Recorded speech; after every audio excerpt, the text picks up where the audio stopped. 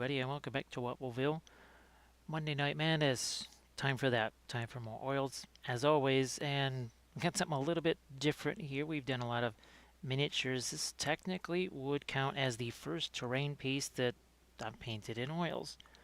Now, I did throw some acrylic paint here along the bottom, just like when we were working on these big guys right here. Remember, I needed somewhere to just hold on to. But then towards the very end, when we're getting down there, we were able to just kind of, yeah, I might even throw this on another, look at how big this is. You thought these were big? Armored Wolf, how you doing? Yeah, we got the Herdstone. And as you can imagine, now, for folks coming in, we'll be pointing to these tool references down in the corner. Always references in the corner. We're going to be doing the object source lighting thing here. And that means you get to see things like the fluorescent orange and the cadmium scarlet, which I just have a tendency to call cadmium orange, even though they don't call it that, but I do, and that's all that matters.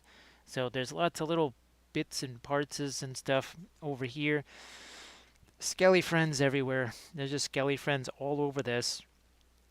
Not sure what we're doing with the runes just yet. We'll have to see about that. I think those might just be. Maybe we'll do a little bit of glowy things on those as we welcome in Brew Baka. How you doing today? And Ryder, I guess it's Happy Monday, 'cause it is Monday. And it's gonna be Monday here for a little while yet. Sorry that we're starting a little bit later. For whatever reason, I could not find this jar to find that. Well, to find my life, to save my life. Glad that you do well there, Brubaka.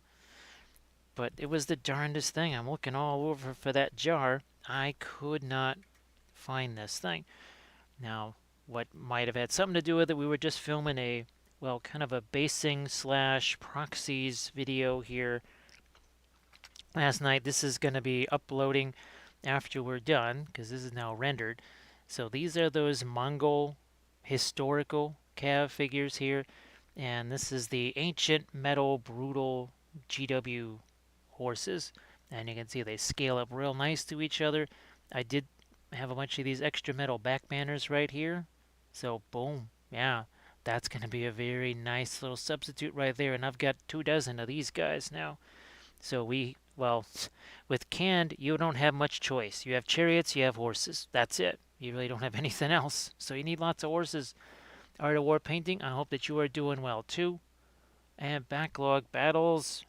Yeah, this is the very first terrain piece we've ever tried. Now, we'll see exactly what it's like trying to hang on to this sucker. We could potentially even try and use something like this at a certain point to hold it. And if we do need to let things set on this or whatever, I do have a little potential experiment here with the last of the glaive rates, a dark primer, which we haven't really played around with yet, so I've been kind of saving this for little fun times or whatever. So backlog battles, I hope that your week got off to a good start. Now, as I said before, we did throw some acrylic glazes down here just so that I can hang on to this thing, because otherwise it could get real interesting. Now, flats and filberts, right? These were flats. We made them into filberts, and maybe we get to use this one here. It's a number 12 flat, big old filbert brush that we made. It's a Art of War. I hope everybody's doing well. We got our sponges here at the ready. We got all kinds of fun stuff. And yeah, I was mixing up more containers of paint. I think we've got this down to maybe about a 5 to 6 minute process now. And for folks that haven't necessarily seen it, we just take the tube, squeeze the paint in here, add the thinner, and after they've been mixed together, look at that nice little funnel that it makes. And we've been able to drop those paints in there just lickety-split, no time at all. We're gonna, speaking of pre-glaze time and glazy things, let's start doing some glazy things. Glazy time. We've got our ivory black, we got umber, we got Van Dyke brown, we got indigo, we got all kinds of stuff here. And as you can imagine, we're just gonna start by throwing this a little bit here and a little bit there and a little bit everywhere. this is going to be neat because I just haven't had a chance to do a piece of terrain. So this is going to be very fun. So, Ryder, I hope that you had some fun over the weekend. Maybe did some cool things. Not sure if there's anything people got set up for this week at all. I know most people, well, yeah, I'll just be working this week. For me, well, I never quite know what's going to happen on a given week. As in, pretty much never, ever know. Here's some asphaltum. We're going to go with the warmer stuff out here. And we're going to try and put some cooler things over here, like more indigo over here.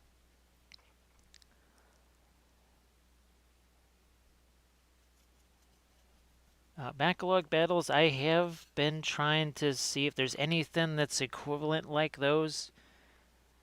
I would say you get those, what are they? The little plastic things that people use for taking the water for their pills and stuff like that. You cut off the top of it, just like I had to cut the top ring around here.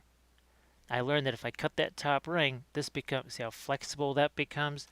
So I think there's a lot of different little plastic things you could buy. You just have to cut the, oh, whatever the heck you would call it. You just have to cut that off. Whatever the lip of it is, I guess that's the word we're looking for.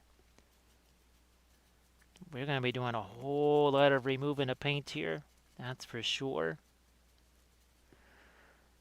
We're going to respect the umber up here. As we say, thank you so much to Rocky's War Room here. Let's let that drop in there. 7 months worth. Yeah, 7 months worth of goodies. Thank you so much. And as always, folks, be sure to give Rocky's War Room a follow because Saturdays is their podcast, 8 p.m. Central. Also at 8 p.m. Central on Wednesdays and Fridays, they'll be playing games. Or in the case of lately, they have been reviewing Victory at Sea by Warlord Games. And I saw you guys had the Kriegs out. Is that right, Rocky? Hey, Chill, how you doing? Yeah, this is going to be very fun here because I've been talking about painting terrain pieces in oils. I mean, is this a terrain piece that I made in the usual traditional sense? Nah, but it is a terrain piece, and we have not painted one of these with oils. And the whole idea is to, and this one's got lots of stuff going on. I mean, there's skelly friends and pieces of wood and all kinds of things happening with this. So I thought, well, maybe this could be something interesting for people to see. I hope that you are doing. Yeah, you got the Kriegs out there. Okay, so if you have now, I'm assuming. Please tell me that there are some well Deutschland class in there. There's got to be some pocket battleships in there. I would assume there's probably a Bismarck, a Prince Eugen, a oh, I don't know if they're, well, I don't think they have, do they have subs in I'm guessing I'm guessing that there is no Graf Zeppelin. No. That I'm gonna bet a whole bunch of money that there's no Graf Zeppelin in the Kriegsmarine fleet. They're probably gonna treat that as a unicorn. If a boat can be a unicorn, they'll treat it as a unicorn. Ah, so with this separate, I wonder if they're gonna do separate kits for that and turpits. Well then, I guess if that's a separate kit, then is Scharnhorst part of the starter box then? Well, let's see, Scharnhorst, Gneisenau. I mean, you gotta have at least one Deutschland class in there, and obviously some destroyers. Here, let's get some more of our blue here. That's indigo, by the way. Now down here, not going to do quite as much because remember, I got to get my hands down here. So I'll just throw in a little bit of this dark here. And I know it looks like absolutely nothing. No Graf, yeah. There's no Steffi in there. But there is a Scharnhorst. Is there a Blucher in there? So that the Norwegians can put a surprise torpedo in that thing? In the fjords? That's about some more of our dark colors here.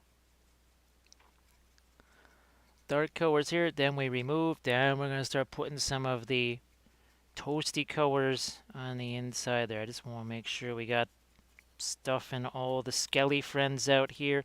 This is why we're using the Royal Langnickel brushes, because they are rugged.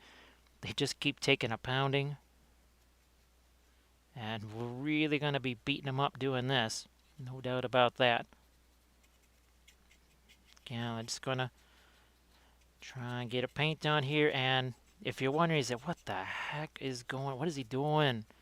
What's all this stuff about? Well, it's the same process that we used on this guy. Remember Mr. Giggles? Why is he called Mr. Giggles? Because he's a fun guy. Boom, look at that. So yeah, now that the paint's mostly dry, I'm just waiting another day and a half maybe to put the anti-shine on Mr. Giggles right here. But that was pretty fun, wasn't it? Pretty fun. So it counts as turpits. Of course. So sad. So sad. And let's look at all that stuff coming off of there. And now we start to see some different colors. And also starts pushing that paint around. That's why we didn't have to go all the way down here, because, look at that. Now again, we took the makeup sponges and we cut them into several pieces. First of all, you don't use up as many sponges. Not that they're expensive. It also means you're not getting as much paint all over your hands, which means when you have to go grab other things like I do, you're not getting as much paint all over them. Now you're unboxing the Merchant Convoy 10. Oh, geez, that's a special Monday show then. So do people need to be checking that out at 8 p.m. Central on Rocky's War Room? Go follow so that you don't miss the alert. Yeah. Now you're not going to be all nasty and send what was that? What was this 603 or whatever was the squadron that kept coming after Turpits there? Although if you have somebody that vapes, you could be doing the whole smoke machine thing in the fjord. There you go. Yeah, you could film a whole battle report. Somebody's vaping and that's the smoke machine thing. That's filling up the fjord with the anti-aircraft guns up on top of the mountains around the fjord.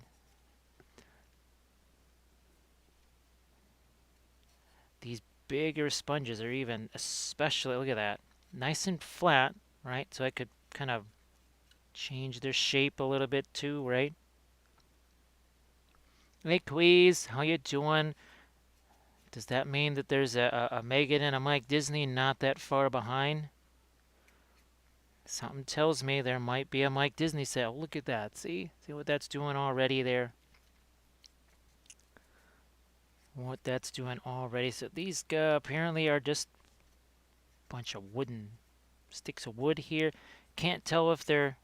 These almost look like they've been charred a little bit. It's hard to tell. Queez is busy yelling at him. Well, that's always good. That is definitely something that should happen. I think so. Just tell Mike to stop secretly rooting for the Penguins and tell him that he's got to admit it, that he's got that Sidney Crosby jersey stashed away somewhere. I think we're actually getting down to the point where we can start thinking about our warm, toasty stuff here. So look at all that extra shadow there, but it's shadow with a purpose because we got some blues over here, we got browns everywhere. There's your Megan. Megan, how you doing? Thank you so much for the 9-month subs there. Yes. Yeah, so let's see.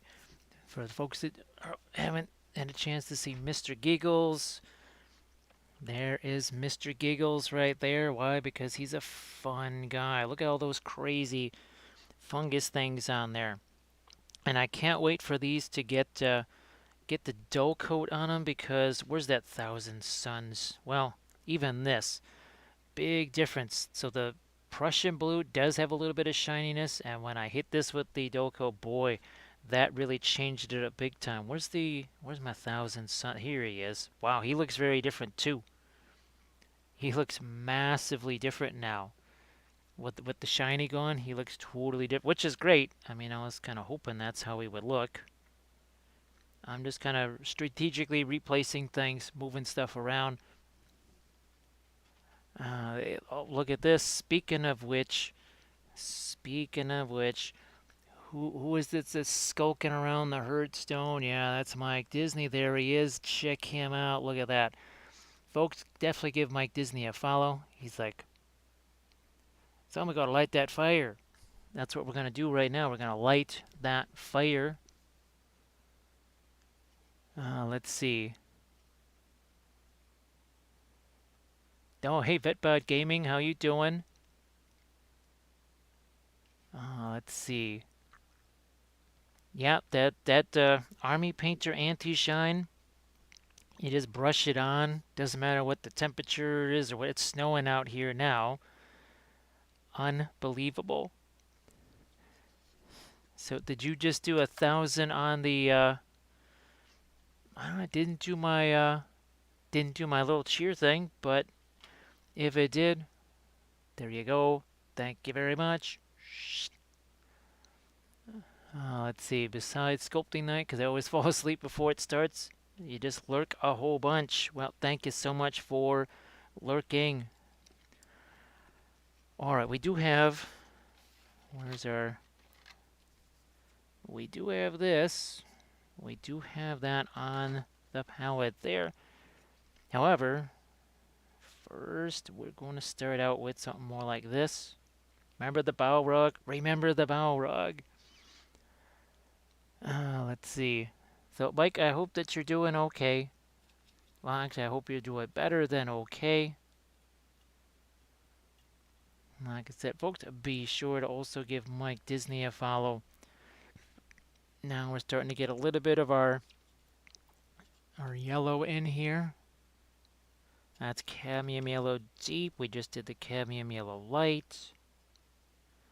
We're also going to go back into this with some glazes of our cadmium yellows, especially the cadmium yellow light. Oh, there we go. There it is. Here, we're just going to let all of them drop in here because we want some right now. Wow, I'm used to the camera being zoomed in. Holy smokes, this thing is zoomed out. This is like as far out as it's going to go. I'm glad that you're doing well. Yeah, this is going to be the week. Oh boy, it's going to be an entire week of just all-nighters, basically. I think the next time we're going to be sleeping is sometime next week. But this is the week where I have to start moving stuff around because I just downloaded all of this month's Titan Forge files. Plus I got all the last month's. Plus I got the mini Monster Mayhem whatever also. So there's all these files that I got, and they got to get downloaded somehow, or they got to get printed somehow. But they can't get printed until I start moving stuff around. So we got to move that printer, all that printer stuff around this week, plus get things ready for filming and all that other kind of good stuff. So this is going to be a very, very busy week. Now we're just literally taking this brush and shoving all this stuff down in here. Just, well, cause. Let's see. Football, it's a rough week in usual Wisconsin sports. Oh, the yeah, a little disappointment on the gridiron right there. Well, I just basically discounted all that kind of stuff since I do believe that one team had to play a game with no quarterbacks just because of the C-19 protocol. And I said, that ain't a season when that happens. So even if the Bears had won a Super Bowl, I would have been, well, that's nice. That don't count. I haven't watched anything since March. I haven't even listened to ESPN since March. This is a person who used to listen to ESPN 16 hours a day. I have not had it on since March. As far as I'm concerned, nothing counts. Yeah, let's just keep gearing up with the orange here. That is some intensity right there. That is some serious intensity. We'll be glazing some dark stuff over this too, because guess what? We got ourselves some dark paints. We got our quinacridone golden brown, which apparently is made from gold. Made from gold. Just like what were the Empire gold swords? Remember those? And this was a long time ago. This wasn't like last week's price rises. This was a long time ago. And people said, "Wait a minute. There's 10 of these guys in there and it costs 40 bucks?" You're going to need 120 bucks for one unit of great swords, and that's when they became gold swords. Yeah, this is quite the love pile right here. Speaking of which, why don't we start hitting some of this with a wee bit of our objects. Swords lighting. Remember what the heck were they? The Corvus Cabal, and who are the other guys? The Scions of Flame. Yeah, Scions of Flame. Hey, Sakaya, how you doing? I think I can actually maybe zoom one in for you here. That it does have a different tune to it. It has a different vibe when it's out loud, doesn't it? I definitely am familiar with that. I'll be like, wow, yeah, that couldn't be mistaken for anything else ever.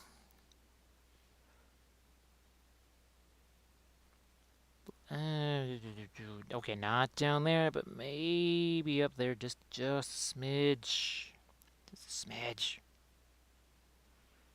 Just a smidge. And we do also, like I said, we've got ourselves a couple of other things at the ready, just in case we need to set this aside to be able to do some other things. Oh, that's right, the Scions of Flame dice bag. So, folks, it's like dice bags? What are you talking about? Head on over to the Armored Wolf Etsy page. Look at dice bags. Look at all of them. They're amazing. I just saw pictures of 2 new dice bags that are in the works. One of them a very, very luscious and classic inquisitorial dice bag. Yeah. Alright, so what we're doing here, what's going on? We got the quinacridone golden brown.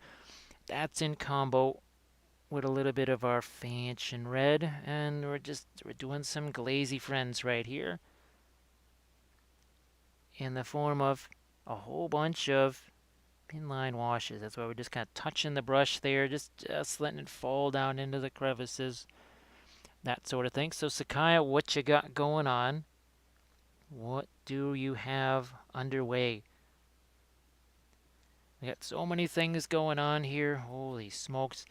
One of the reasons I'm painting this is that I have to raise some quick funds to try and take advantage of. There's basically sort of a nice little sale on the 2nd edition War of the Ring board game, which, as some of you know, we are trying to combine that with our Middle-earth SBG stuff to create an overall campaign setting.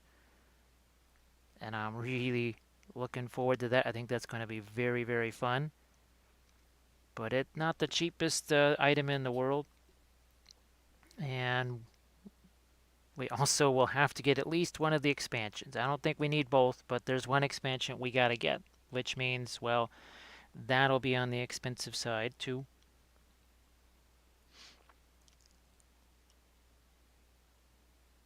Okay, you know what? Here's the thing.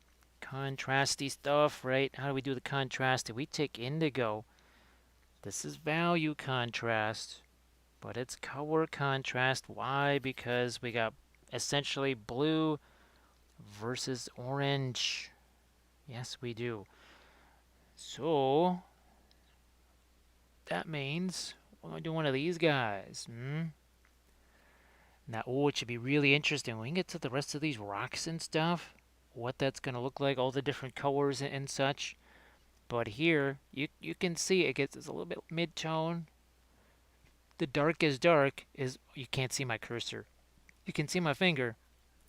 The darkest dark here is now right next to the lightest light. Also a dark blue, dull, dark blue, next to super intense orange. Value contrast, color contrast, intensity contrast, temperature contrast, and we have Armored Wolf. Thank you so much. That is appreciated. Thank you. Thank you. I was actually surprised at what I found. I said, "Wow, really? It's that? Will it stay that long?" I've already seen since this morning. I think already 3 of them have gone. So people must have found it. I wasn't the only one.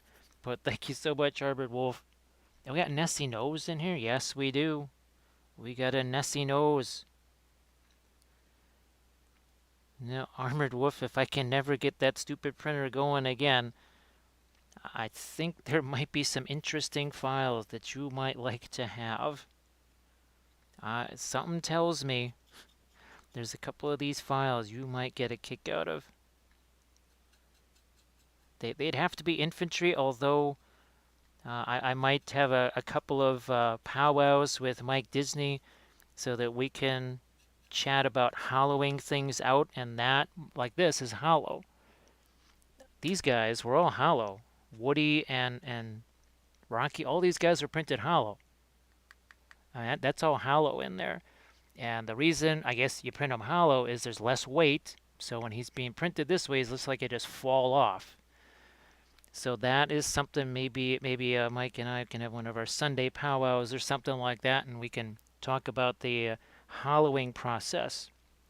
All Hallows Eve. So Nessie, I saw all of your Legion stuff is looking fabulous. Legion stuff is looking very fabulous. I know you were talking about a while back, like, terrain and such for it. Are you good to go on that? Just like ready to go now that you pretty much got a whole bunch of those miniatures painted, or do you still have to kind of work on some terrain? Yeah, like I figure it could just be a regular, I mean, we'll just chat and paint anyways, but I never realized that you could print those hollow. I thought those had to be solid. I thought it was the FDM that you could hollow for obvious reasons. I didn't know you could do that with the resin style printers. So that was a bit of a wake up call right there. And I think it's someone in just the regular old chat that Kathy hangs out in. There's folks that are like just starting out with their printing, and they're hollowing things out and doing all this kind of fun stuff. I gotta get me some of that. The Infinity terrain. Now, so Nessie, is that as speaking of Infinity, is the Star Wars game? Oh God, I don't want to say reliant on terrain, but does it feature terrain? Because that was always the big thing about Infinity, right? They said, hey, look, guys, terrain is vertical and it means something. So is that? I guess that's my next question. Is terrain something that really has a big impact on the Legion game? As we get more of our reds out here, more reds. Oh, backlog! It worked. It worked. So I was because you were the one that talked about those medicine cups, right? That was you. And I thought, wait a second. I know they have that hard plastic lip around the outside. I just wasn't sure how easy it would be to cut that thing off. So it's not that hard to cut that sucker off of there. That's good. Let's see. That's excellent backlog battles. So Nessie, yeah, that's really loving the Star Wars stuff you got going on there. It's really looking hot. It's looking hot. Speaking of hot, we need some more hot over here. Maybe a bit over here too. Now we're just going to let that... No. Might have to still keep hammering away in here because as soon as I start sticking my fingers on all this, well, we know what's going to happen. I've just got to get some of the nasty stuff down in here. The stuff that doesn't look terribly glorious. Which means just constantly stabbing the brush in here to make things happen. Maybe we could get a little bit of glow out here. There's just a little bit of assessment going on here as well. Yes, folks, you can check out Mike Disney and the fabulous marble chibis. Lots of marble chibis. Those have been looking fantastic there, Mike.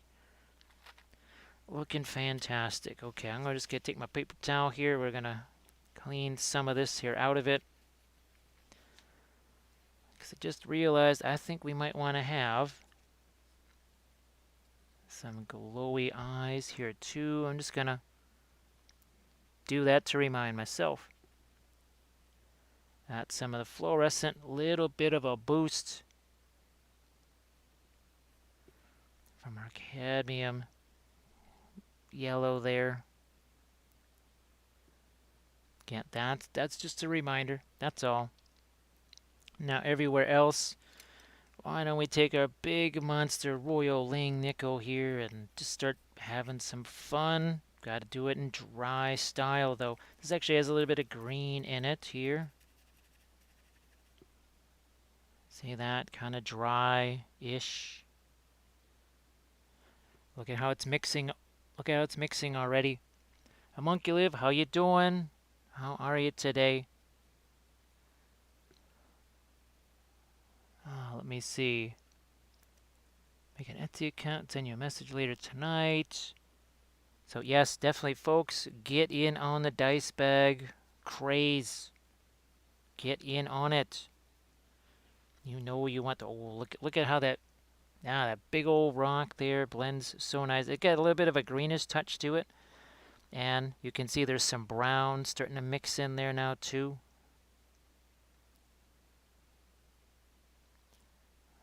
But we're not going crazy all the way to our lightest stuff. We're not doing that.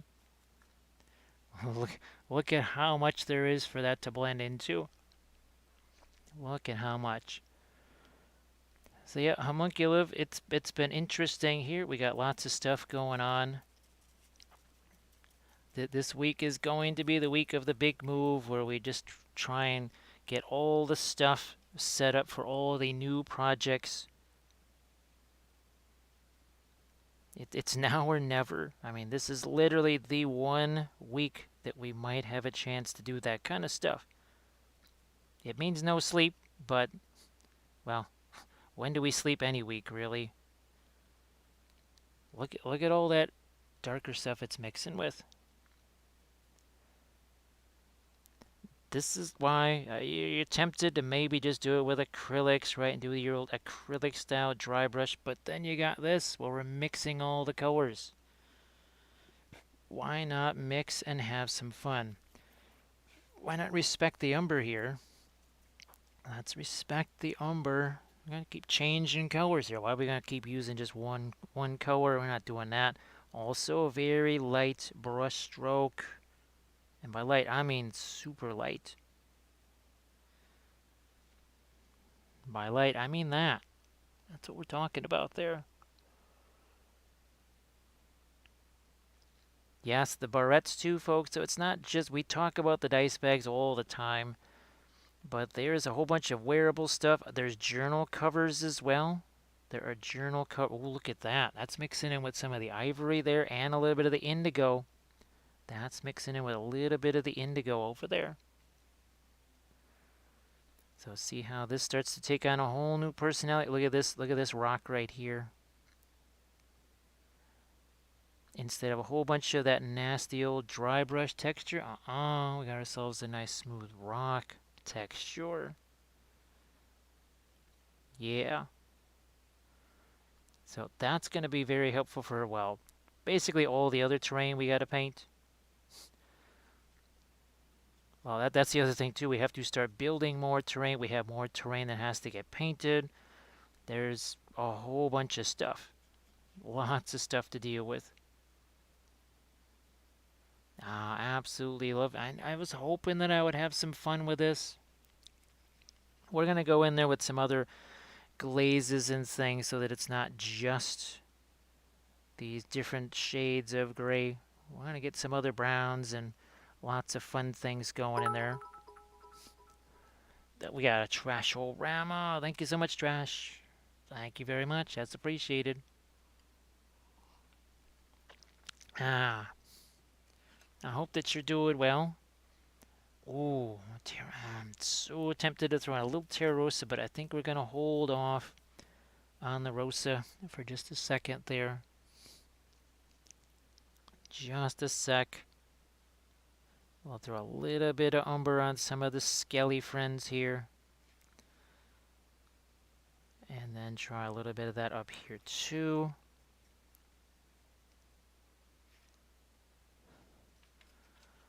Over here now, I mean, look at how much of that it's picking up.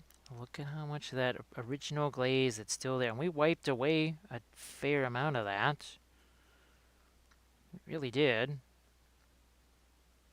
Like I said, we're just getting started here. But there might be some folks that say, oh, wait a second. 36 minutes and you got that in 36 minutes that easily. That people might say, yeah, that's good enough for me. I'll take that. Well, then you're all done. Or you use it in a game after it dries. Little hobbit, spark my ganja. Thank you so much, Gimlar. Gandalf, appreciate it. Oh, spark my ganja. Look at that. He is super excited. He is super excited about that. Oh, from Panhandle Studios. Okay, it's interesting that the original designer of it that's our imprintable terrain kind of designed that, but obviously they got I guess the license for people to print that out. David Bud Gaming, thank you very much for that resub. Resub, thank you. Ooh, wait. What's that? And Altered Man Art, thank you so much for that sub too. How are you doing tonight?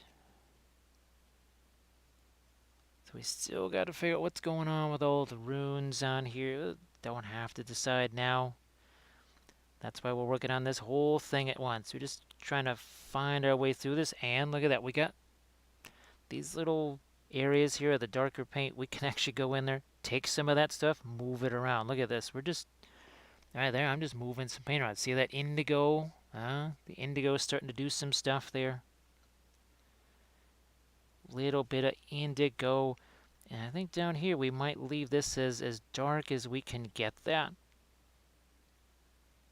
Dark as we can leave that. Now, maybe we start to play around with a little bit of the asphaltum. And Terra Rosa, they're related.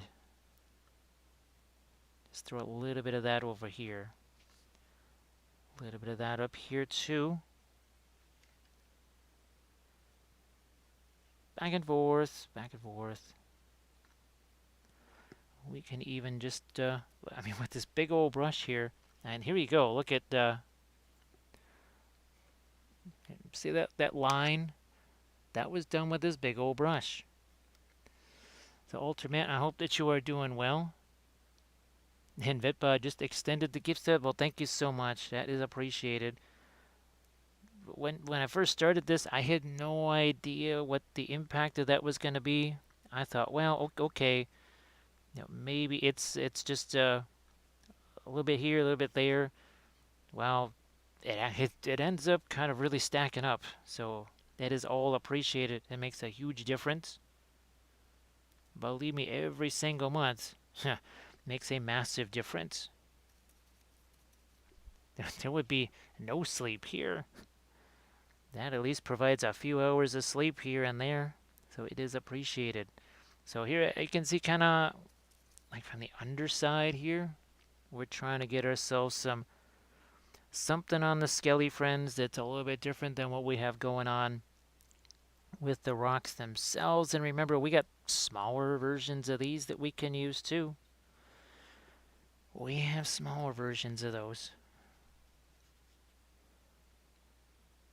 Altered Man, it's a bit of the usual. You got some indigo down here because we've got all the warm stuff here. So a lot of indigo down here. You can see more of umbers up here, Van Dyke brown, more indigo over here. There was some ivory black also used, so and that was a lot of that down here. So it was a little bit of a mixture of different colors. It always is. It's never the same thing. But here we wanted to make sure there was enough variation. I mean, something this big with all these rocks, we just can't have it all just be gray. We had to get some kind of variety in there. Now that we can, here, let's maybe get a little bit more targeted here. Oh, thanks, VetBud. That's especially appreciated. I'm really glad when folks can actually get things that help them, then help them out, and that folks actually feel that it has value. That is much appreciated. Now this is that starter set green right here. It's just a starter set green. That was a permanent green light or something like that. Nasty old starter set color from 4 years ago. We're still using it. And see how that gives it a little different flavor right there. Then up here. Hey, oh Steela, how you doing? Folks, you need to give Steela a follow. And I think one of the experiments she's thinking of conducting, this is the only one. This is like the last of the ebony primer right here. So we were thinking of just trying to do this on something like this that has just been primed a darker color. So I know that was an experiment that you were thinking about doing. So folks, if you follow Stila, you might get a chance to see that experiment conducted live. So be sure to give Stila a follow. Again, less is more. Less is more. We bring out a little bit more of the texture here. You can see how we're kind of taking the brush on its side. But it's not just going to be lightening things like this, because we have another one of these, and guess what? We can go the other way too. We can take something like a Van Dyke brown here, and we can do something like this. Let that mix together too. So you can see what's starting to happen here, right? It's not just about... This is the thing that gets really difficult to do with just acrylics and dry brushing here. Yeah, that kind of thing is tougher to do. Much tougher to do. Yeah, Steel, I remember you said it worked really good. I don't remember which primer color that you used there.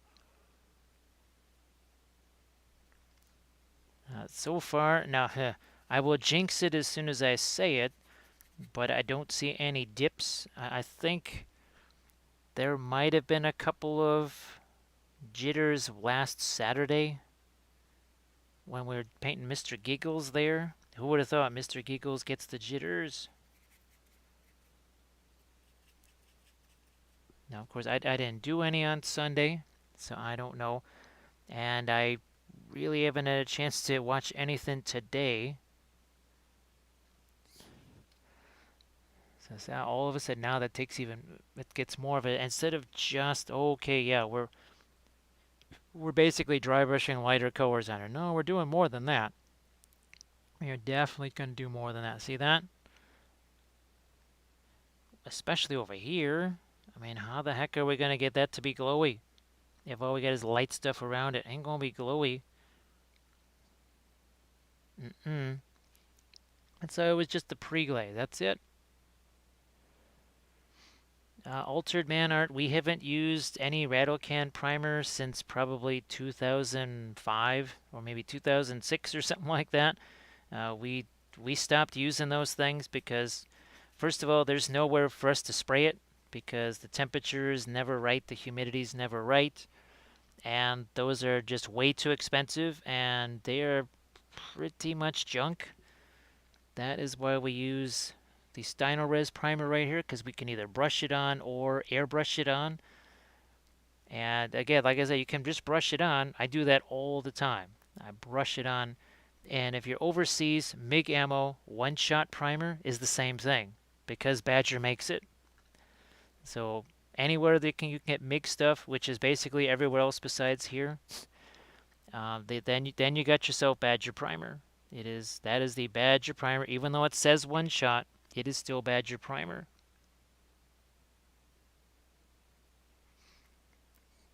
Yeah, the Altered Man, we gave up on any kind of rat. Well, also too, you can get 4 of these for the cost of 1 can of rattle primer, and one of these is worth 3 cans. So you could spend 12 times more to get the same thing. We made that calculation. We said, nope, we're not doing that. We are not spending that. Because when you spray it, what happens? You end up having to go back here and paint it anyway. We said, wait a minute. So we're paying all this money for a spray can. We're spraying most of it onto a piece of cardboard or the air. None of it's going on the miniature. So what are we doing here? Well, that and it's either 100 degrees or 40 degrees below zero here, or 1,000% humidity.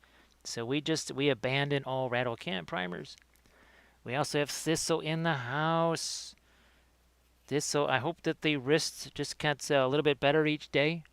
That you get a little bit more stability in there, a little bit more endurance out of it. Hope that your week is off to a good start.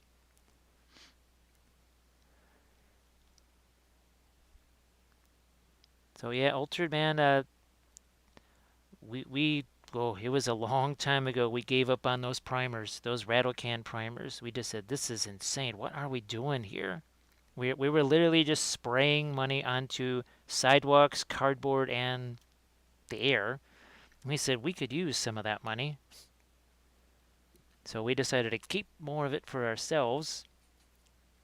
And that has worked out very well. I'm going to try some a little bit different here. So we got umber. That's our white.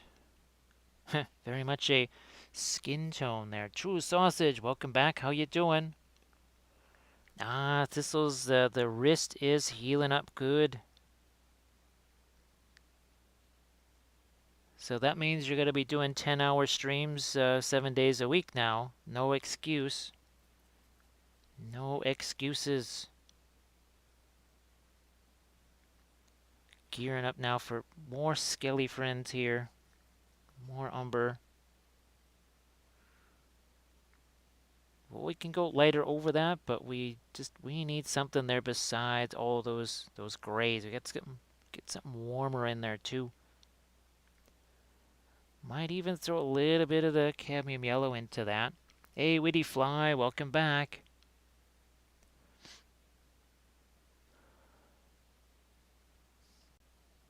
Yes, and folks, if you want Armored Wolf's arm, if you want to see a person's arm fall off live, just keep ordering those dice bags. Order up those dice bags. That arm's coming off. Then he gets to use the bionic one. We'll just have Mike Disney print up a whole bunch of extra arms for him. That way, so that when the one falls off, he can just grab one of those Mike Disney printed arms and screw that one into place and get going.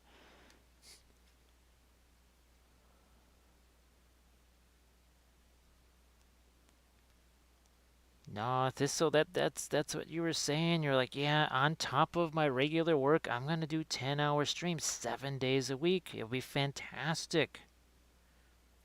You'll love it. You will absolutely love it. You'll think of how much you'll get done.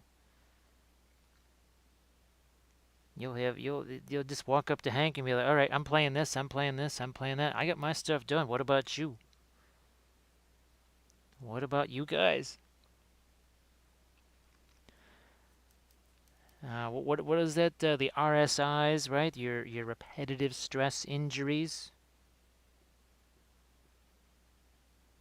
Over and over and over again, doing that same physical task thousands and thousands of times, over and over and over again.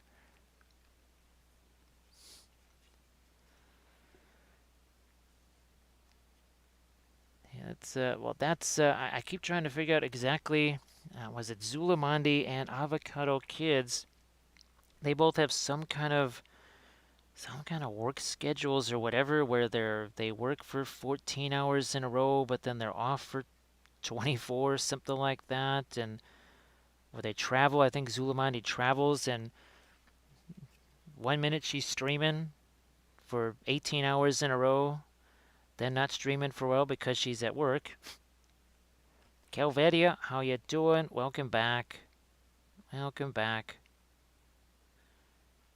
I guess it's Happy Monday for right now as we go. Ooh, look at this little bit of cadmium yellow, huh? Cadmium yellow light. And that black together. Look at that interesting green that it makes. Actually, guys, if you're looking for a Nurgle green, just that, whoop, the wrong one. This one here, the cadmium yellows mixed with the ivory black. So that's the green. None of that green is green. That is all just cadmium yellow mixed with ivory black. And we're just gonna see what happens when that starts going in other places here. That whole, your Herdstone starts to change. A little color here and there. We'll have to go back in and get some more. Look at all that pre-glaze that it's mixing with. Look how dark that thing just got. Never ceases to amaze me. And we're just gonna throw this a little bit everywhere, right? We just don't want this to be boring, old, gray. That's not what we're looking for. Maybe some on this side too. And we're gonna go back and forth. This is where, remember, we added the lighter color. Yeah, True Sausage, this is the Herdstone here. I would imagine it's a whole Beastman kind of a thing. I would imagine so. We got stuff down. We got swords down here. There's more skelly friends. I know there's the one Sigmarine that's laying on the base over here. Now look, more Sigmarine bits over here with what looks like some kind of an Eldar-ish thing over there too. Oh look, another Sigmarine. I'll just let a little bit of indigo get onto the brush there, and looks like some dwarf axes or whatever here. Looks like, oh, there's another dwarf thing over there. More dwarf stuff over here. This is like the dwarf quadrant over here. A whole bunch of dwarf stuff there. So we got like the Sigmarine quadrant, your Eldar quadrant. Lots of Sigmarine stuff up here.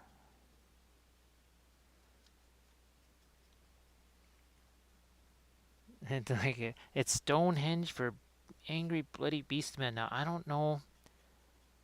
I don't know if anybody's seen a recent Patreon video that I did showing the standing stones and getting that kind of English style moss and fungus or whatever all over them. That kind of spotty fungus and whatever. That was very fun. That was pretty much every episode of Midsummer Murders we've ever watched into those stones.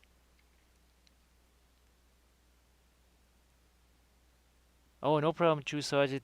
Boy, whatchamacallit on the phone can be brutal. It's rough. It is very rough trying to watch these on the phone. Yeah, this is definitely some sort of a sweet barbecue going on right here.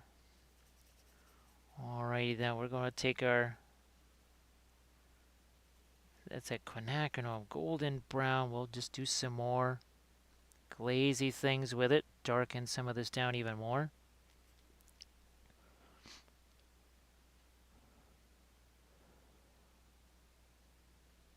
Yeah, actually this would be... this could make a very interesting barbecue right here. I think you need something to be able to rotate these things, right? I mean, you got to be able to rotate something on this. Now, of course, you don't want the temperature getting too hot. You don't want you want this to be like, or you could just put a big stone over this and it becomes more of a smoker or a slow cooker or something like that. Now that would be interesting. Yeah. Yeah, I'm not sure Sigmarines taste all that great, but maybe they do.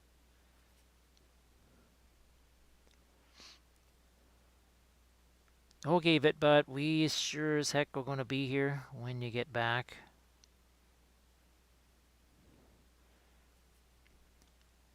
Oh, we got this is boosting thing again. And why does it say 50%? Because we did it 100% last time. And remember, we actually we did that 100%. We got hype trains out of it and stuff.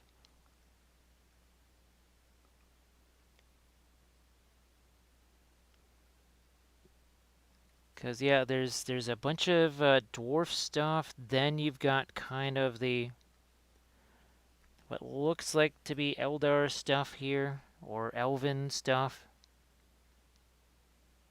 There is one little bone in the fire there. Now I'm pretty sure we can still get things lighter inside that fire. Gonna find me a brush, see if we can do that here. And we'll grab some of this, maybe a little hint of our cadmium yellow light there. So that is your brilliant yellow pale, freshly mixed because somehow I couldn't find the jar of it. Maybe I set it aside because I was going to refill it because it was basically mostly empty. All right, now this should be a bit of a glaze right here.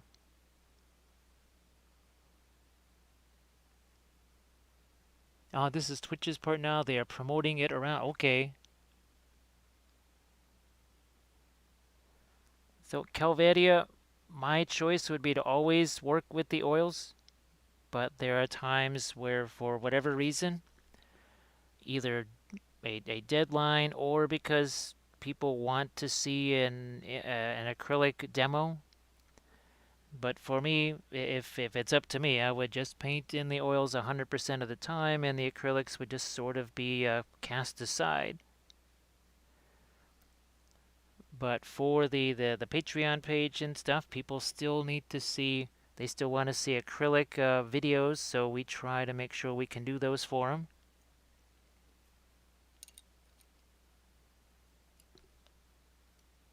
Belferra, how you doing?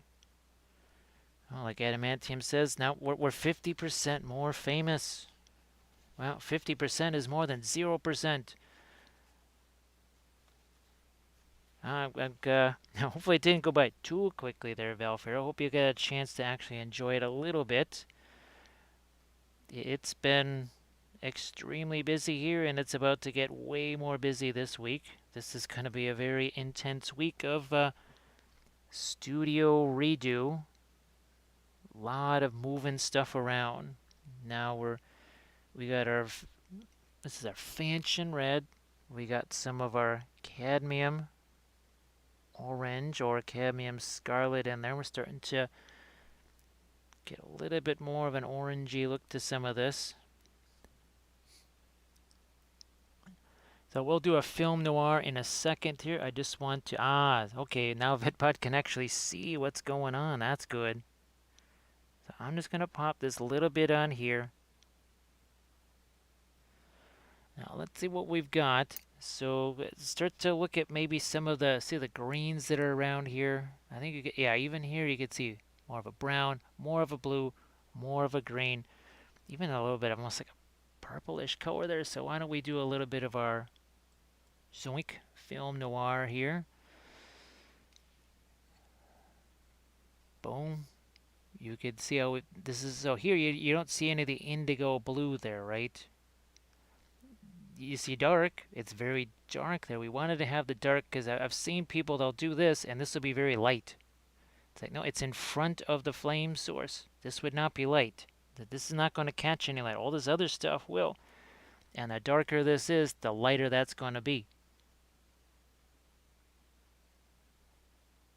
We'll see, Calvedia. That's why immediately after this is over, I may have to do a whole bunch of shoveling, or maybe not, because whenever they talk about, oh, look at all this stuff, it's like, wow, look at that, 2 inches.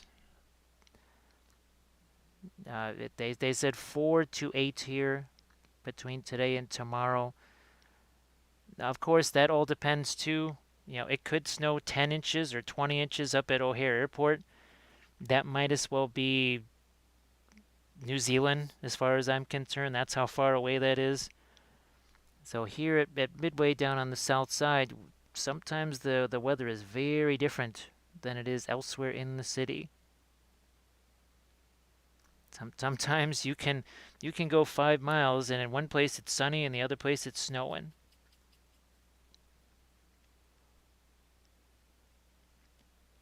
So we did do our yes, we did do our film noir. It's just like, wait a minute, did I forget to do the film noir? I don't think I did.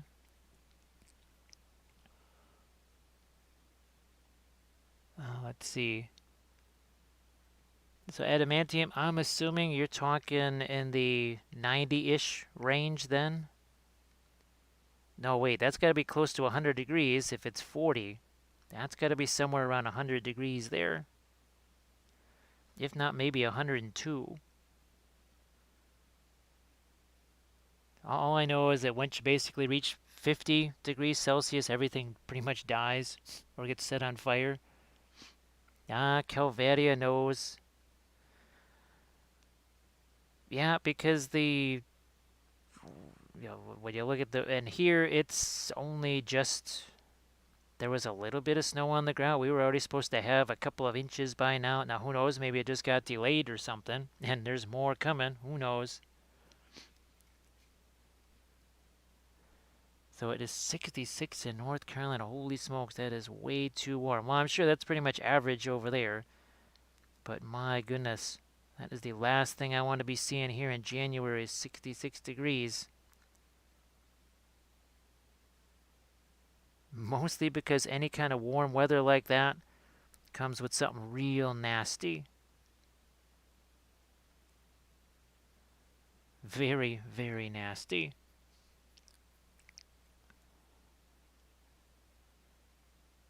Yeah, well, that's what I've been hearing. Now, is that everywhere in Australia, or is that just, say, your Queensland, your NSW area, that sort of thing, or is that just everywhere in Australia? Because it's hard to tell.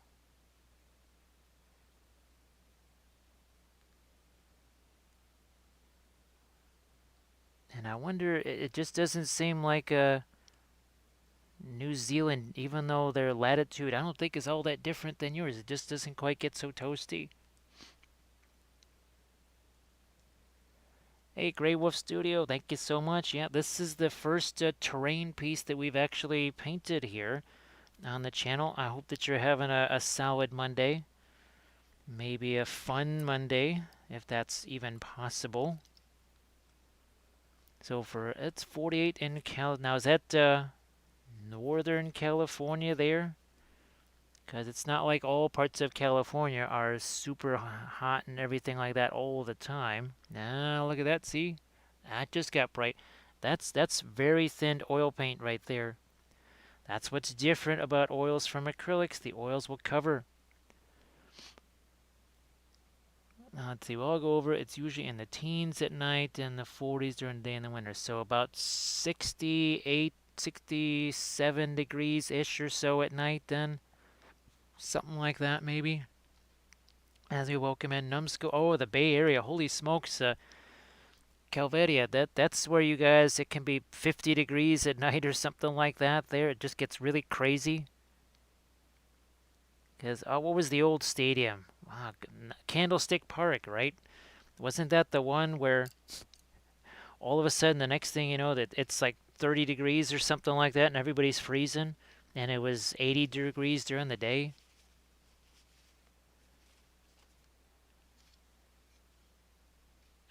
Well, that's just because Taz is that much closer to the pole, right? Also, Taz is a little bit further away from the mainland than I thought it was.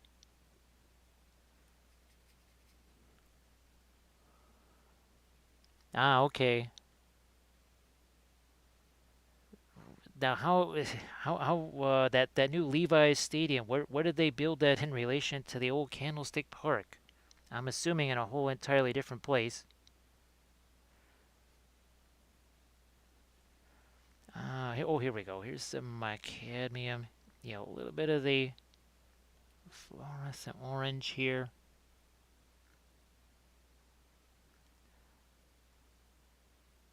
And we're just getting started here. We don't have to go crazy on anything just yet.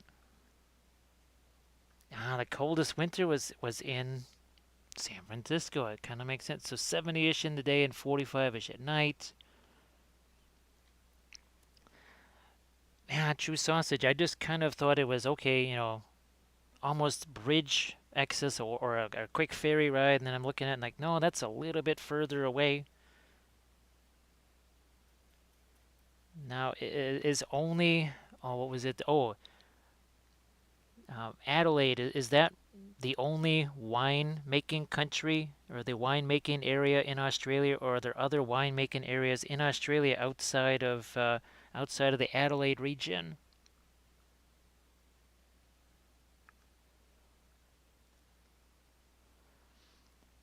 Yeah, VetBud, we have not gotten any polar vortexes yet. I don't think you guys have either up there.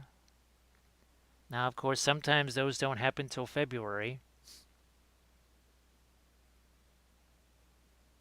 So it's still an hour plane ride. Okay, yeah, see that I really thought it was much closer to sort of a thing. Not exactly like Singapore, Malaysia type thing, but I just thought it was a little bit closer than that. And one of the Instagram things that I follow is a map site, and they had a little bit more detailed maps of Australia there. And I said, okay.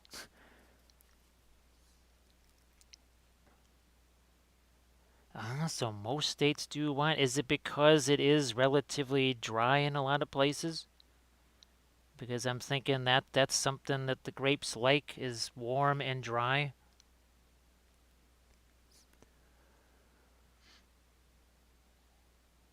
So Adelaide and South Australia. Okay. Now I guess so. I guess the next question is, what are the premier Aussie wines that we need to be looking for? I'm guessing that Yellowtail is not one of those. We're gonna darken this up a little bit too. Oh, give him a little bit of a frowny face there. Oh, geez, all the way down in San Jose. Holy smokes. So Adelaide is the capital. All right.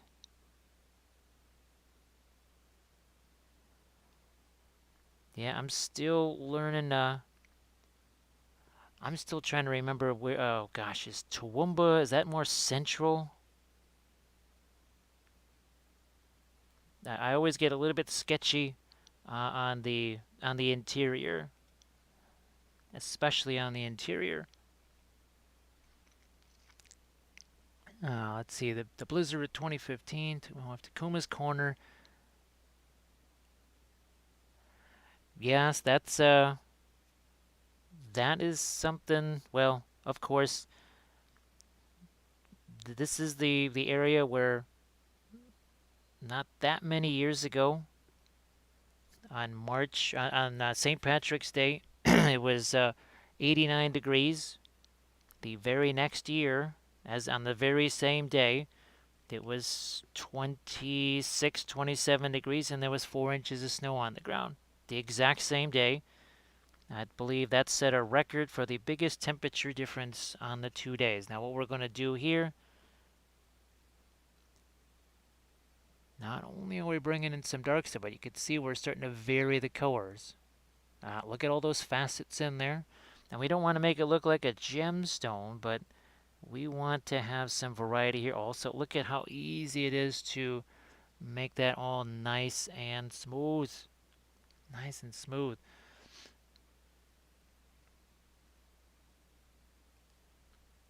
Yellowtail is a nice supermarket wine. Okay, that's I thought as much there. That's what I figured it had to be something along those lines.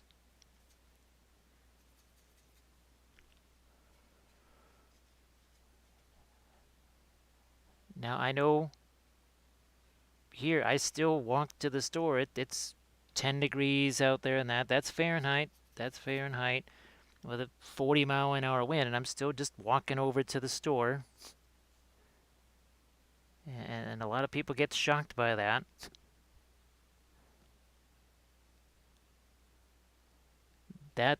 See, Velfair, that is why I don't want 60-degree days in January or February. That's why I like a nice cold March. Because you know what's guaranteed to happen when it gets super warm. When it really shouldn't be super warm, you know what's coming.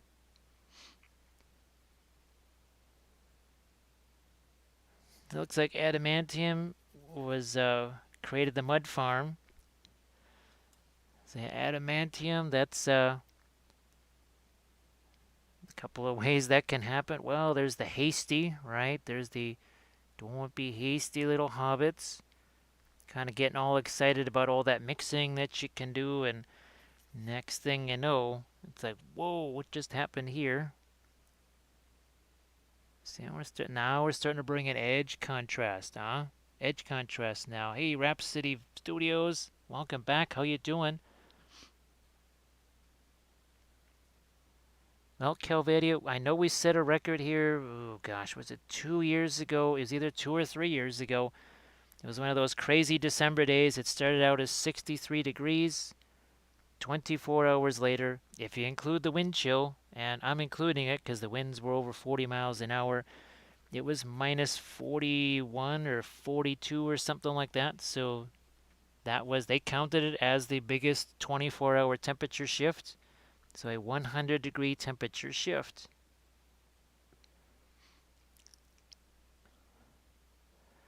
Yeah, Valfair, are you just bringing them with you? I guess you're just bringing them with you. So Grey Wolf Studio says join the Mutters. Uh, now I know they did a T-shirt for Jane, right? The hero. What the heck was the name of that place? He was the hero of the Mutters. What was the name of that place? Don't really remember. It's been way too long now.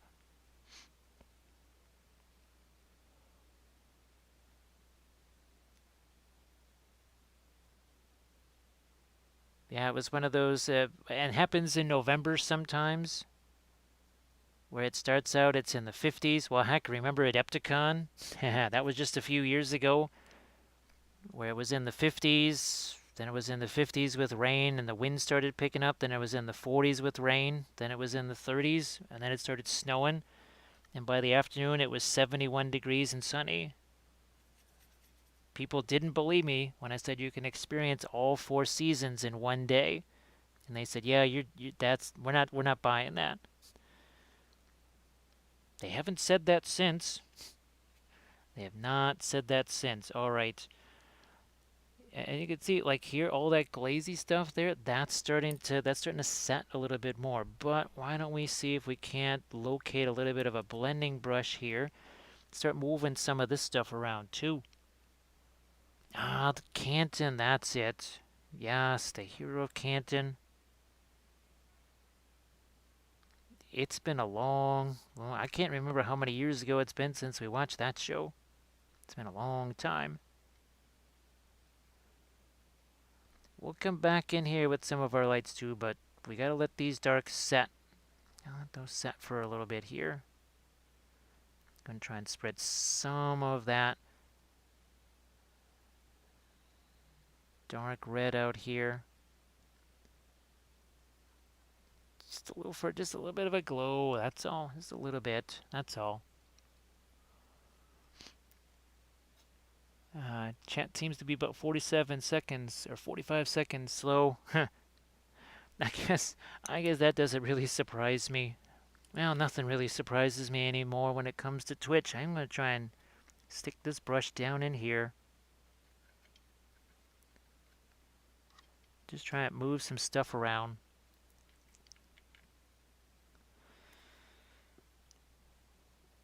And I might get some more hot stuff along the walls there too. Let's see, Rhapsody ordered some miniatures from Reaper. I got a little pamphlet saying there's going to be a virtual Reaper Expo. So when is that? Is that thing in March, Rhapsody Studios? Because I'm always the last one to hear. People are like, hey, Jim, you doing this thing with Reaper? I'm like, what thing?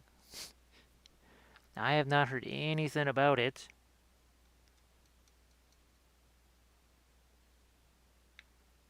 Yeah, I think maybe they're doing something in March. I just, again, I am always completely left out of the loop on those things. Yep, yeah, totally left out of the loop on that. So, Adamantium was just mixing some stuff on scraps of card. Well, Adamantium, now were you just taking one color into the next? You know, that maybe just do some simple things like those, the swatches right here, where it's just, you know, all sides of that is purple matter, and then there's just one color on the other side, and you're just mixing one into another. Just kind of get used to that.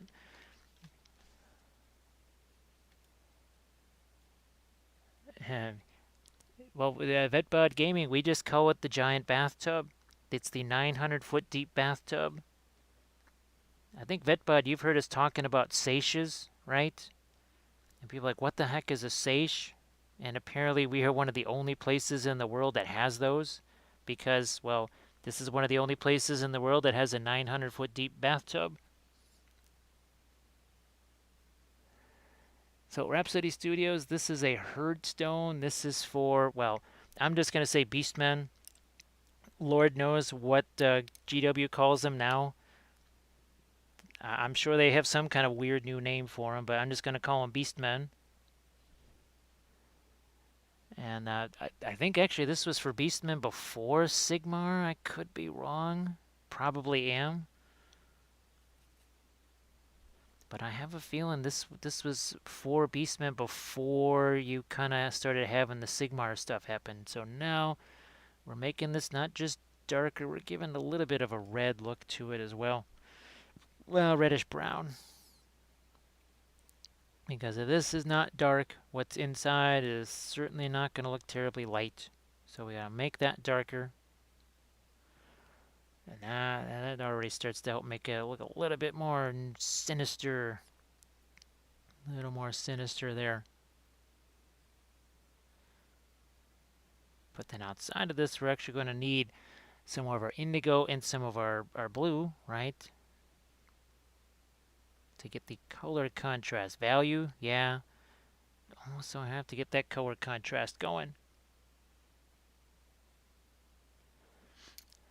So Rhapsody Studios, I didn't they, well, they show a lot of things, but wasn't there a picture where they had what looked like a whole bunch of Bone Reapers terrain? I could swear there was some pictures they were showing when the Bone Reapers were coming out. Now don't fear because there's a whole lot of Bone Reaper stuff that I'll be painting here. I've got the walking catapult. I've got, is that Caractos, the big guy with his 5 little friends? So I've got a whole bunch of the Ossiarchs, and we still got a couple of bonus Ossiarchs left here. Like this guy. Ooh, look at him. Yeah. So who knows? I think Friday might be a little bit of a potluck or something like that. We might be doing a whole bunch of different things on Friday. Stuff like that.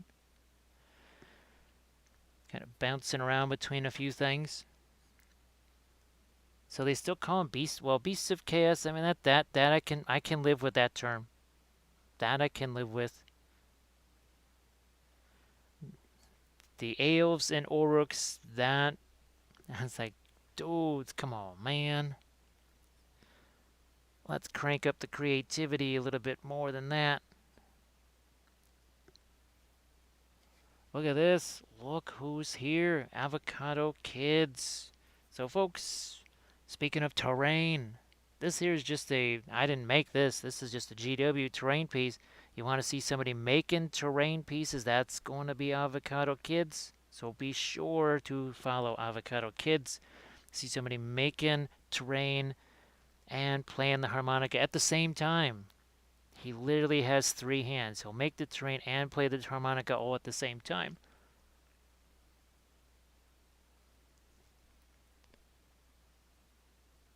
It's an incredible feat. You just have to go in there and bug them and say, look, play the harmonica while you're making terrain. We want to see that. What we also want to see here is a couple of more darks. And then let's fire in some of our lighter tones here. And that's gonna, oh, what the heck. Let's do this crazy permanent green. Not that we want that to be, you know, that much green, but it's also, yeah, a little bit of contrast with all the oranges and such. We do have our indigo over here still. Now we've got ourselves a little dingy bluish gray.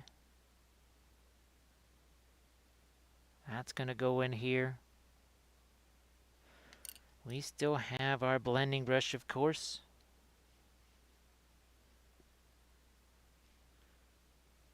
Ooh, that's nice. Liking that. So nice and soft. All these different mixes we can get. Let's see. The third hand is a secret. Let's see. So Avocado Kid, I hope that your week is off to a good start there.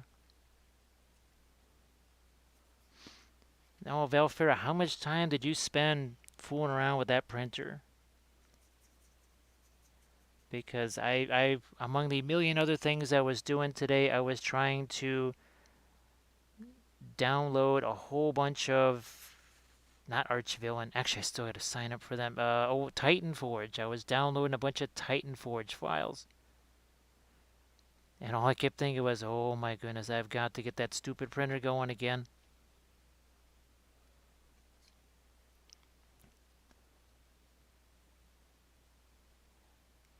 Oh, thanks, Avocado Kids. We still got to decide, you know what? No, we'll wait. We have to decide, are we going to do the same? I think we're going to do some orange glow on the runes here, but before that happens, oh, there's some of our indigo. That's indigo mixed with the white. You that looks so light there. Hello, little hobbits. Spark my ganja. Look at how dark that is on the palette. It looks light over here because of all the context, right? We have established so many fun darks as we welcome in old dirty. Thank you so much, old dirty. And there's another old dirty right there. That's Gans. Hello, little hobbits. Ooh, I will spark my ganja. You know, spark that ganja and that little fire right over there.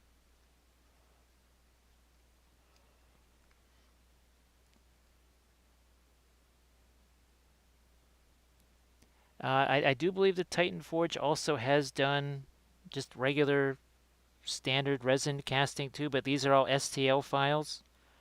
And I believe their February thing is going to be a whole bunch of Egyptian themed stuff. Oh, Lost Kingdoms, that's the one that I have to try and remember to sign up, well, no, that's a Kickstarter. Never mind. Shows what I know.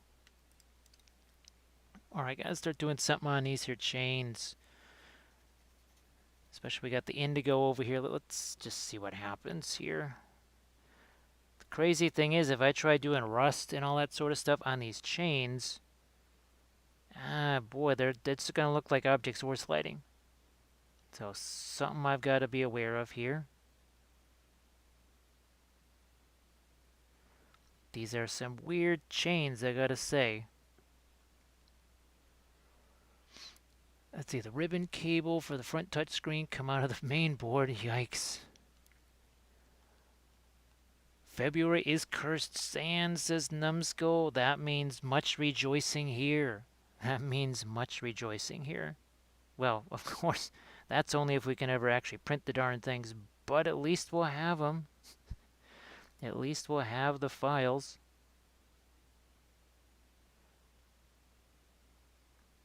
So glad that they're working their way around to some of the Egyptian themed stuff. Now, I think they also have a something like if you've been subscribed for X amount a month, they have some special sculpts for that too, I believe. Special files, I suppose I should say.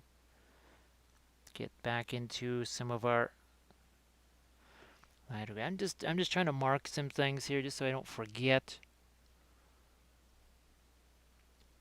So Old Dirty, I hope that you're doing well. I hope that your week is off to a good start. And for some folks here, it's pretty much Tuesday already. What the heck are we looking at here? So 7:46. Yeah, it's gonna be. What is it? It's gonna be 1:46 in the morning in Germany. No, that's maybe 2:46 in the morning in Germany. See how much lighter we can still go here. Look at that.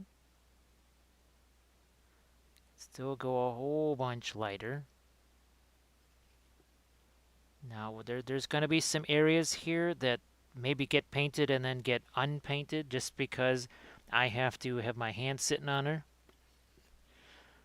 I'm going to get my blendy brush here cleaned out a little bit more just to make sure there's no stuff in there.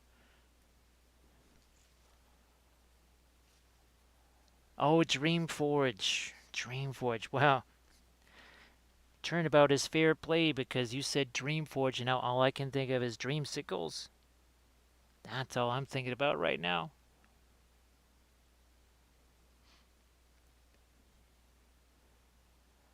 Yeah, I guess that's another reason why the machines that I have, well, some of them are new old. There's one machine that is now, wow, 8 years old or something like that. A lot of the guts of it are newer or almost new. A friend helped get that thing back up and running. Yeah, it's weird that that Stream Boost thing popped up and it's just sitting there at 50% and I haven't seen any notifications. I have no idea what's going on with that. And it's so weird because we've done two of those already. Now I don't know if they're just that they keep testing you or something like that to see if the interest is really there. I have no idea what that's all about. And I don't think I've gotten another message since.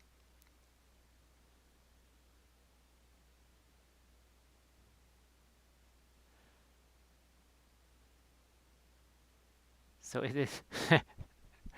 That's so funny. I looked up there and went, it's 447 in Germany, which is funny because Kathy was doing a chat with somebody from northwestern Germany, and it was snowing there. I'm like, wow, that's pretty warm for snow. That's 447 degrees. I didn't know it could snow.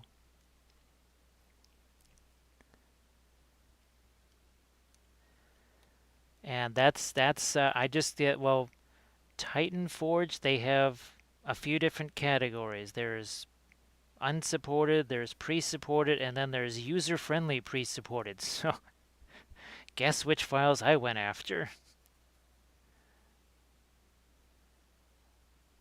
All right, now I'll go keep going in here. Now let's see about some of our skelly friends, right?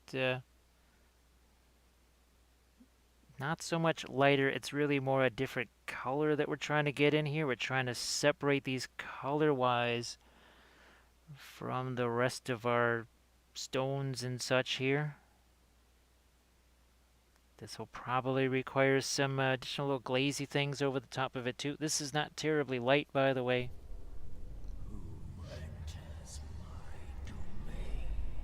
Is this a Kalini that I see entering our domain? I think it is. So speaking of oil paints, folks, you want to give Kalini a follow because Kalini loves the oils. Kalini's been doing the oils for quite a long time. So definitely check him out.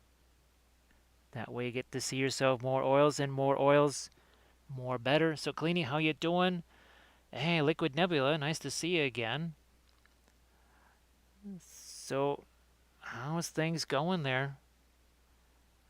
Trash Rabbit just redeemed the Book of Wappel. We will check that out as soon as we can let our raiders get aware of what's going on here. So this is from Age of Sigmar. This is the Herdstone for the Beasts of Chaos. And we got glowy things here. We've got bits and pieces of Sigmarines and Dwarves and Eldar stuff here. We got skelly friends everywhere. We got runes. So we're doing a little bit of everything here. Ah, I would be happy with those pieces. Let's see, Liquid Nebulous, it's all good. Prepped all the minis, and now 4 hours of prepping a Baba Yaga's hut. Ooh, is that the Reaper one then? Liquid Nebula? I'm glad that you're doing there well there. Kalini is also welcome in. Java Suko, how you doing? Now, we do have ourselves, what's one of our latest chapters here in the Book of Wappel here? What is chapter 49?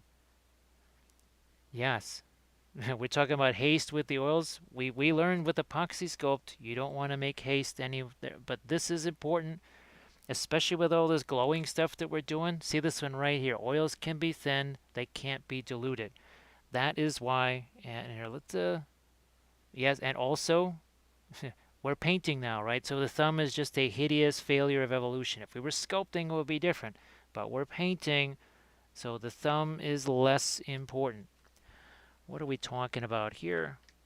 Check out now, especially since we're doing object source lighting. So see those?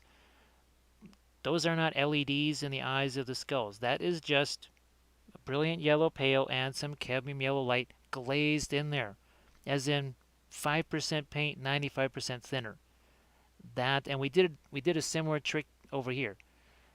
When you say thin white acrylic paint to 95%, it's barely there, right? Yeah, that's not quite the same here. Hey, Blas, how you doing? How are you doing? Oh, it is big, but I'm mostly taking my time. Don't want to ruin it. Ooh, that's for sure. Speaking of big and crazy colors, this is the last of the trolls. We painted this up on Saturday. This was the Saturday show. This is Mr. Giggles because he's a fun guy. Yes. He was one of 3 of these big old trolls that we painted. Each one of these was a 1-day session. So this was I think we painted this one up on maybe Monday. And then I think we painted, did we paint this guy on Friday or something?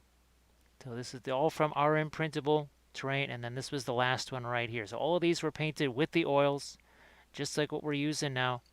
We did a little bit more bold colors on this one. He's like, dude, I told you not to hang around with the old guy. Like, look what happened to you, man. He used to be real steady. He's like, what, man? What? They were hanging around too much with Gandalf. So, yep, we did all of those guys, and of course, we also we finished off our Easterlings as well. So that was the last of those sculpted special characters that we did. We did some free-handy type things there. So, oh, maybe this was Friday. Yeah, I think that was Friday. And Gandalf is just like, mushrooms? Mushrooms? Yeah, that's what we do here. Let's see, what do you think about the Styrorez Metal Color Primer? Actually, I did use that on one of my army painting series. So this is the copper Styrorez primer right here. So I did an entire oil painting series on that. Now, as far as oil paints go, I think your most reliable bet for metallic stuff is definitely going to be the oil brushers, because they have several different types of metallics, and you don't have any worry. Look at that. Do you see any flakes in there? As far as oil paints go, Hello, little hobbits. Spark my ganja. thank you so much, Silver Tongue. We're going to get fast Gandalf. Fly, you fools. Thank you so much for that follow. Gandalf appreciates it too. Once you start getting into regular oil paints, it gets real iffy.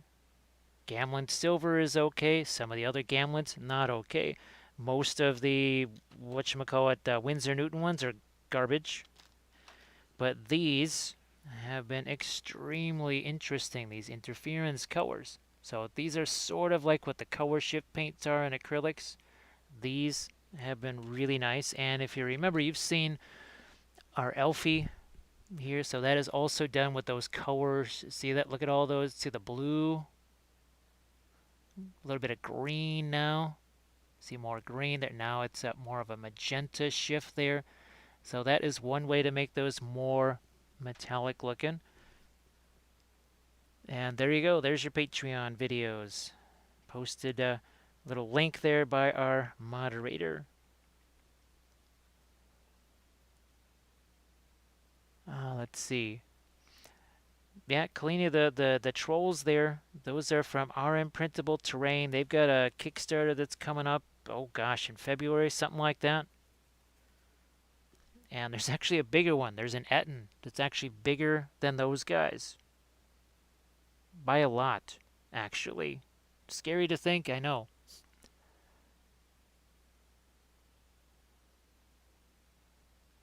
But now it says 100%. Someone's gonna have to let me know what is going on there, because all of a sudden I just looked up and it said 100%, and it never even gave that countdown to, was it 58K is what you need, right? Now, Avocado Kids, have you seen that anywhere else? I have not seen that anywhere else. As we welcome a massive cravat.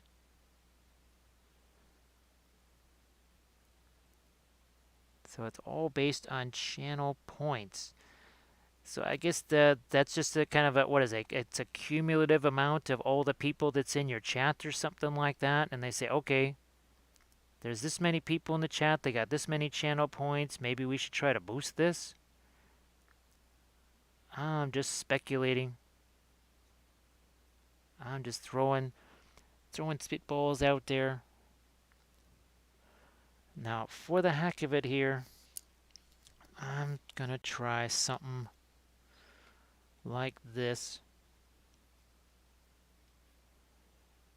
If user interaction hits goal, okay? It's so weird. It is so weird. Oh, you know what? Let's take some of our scarlet here. Mix it with a little bit of our cadmium yellow light. So cadmium, scarlet, cadmium yellow, or deep. Sorry, cadmium yellow, deep. I'm just curious here. I'm not going to do all of these, or even most of them. I'm just going to do one or two and just see what happens here when we do this. And this is very much a pin line wash. So Trash, actually, how you been doing?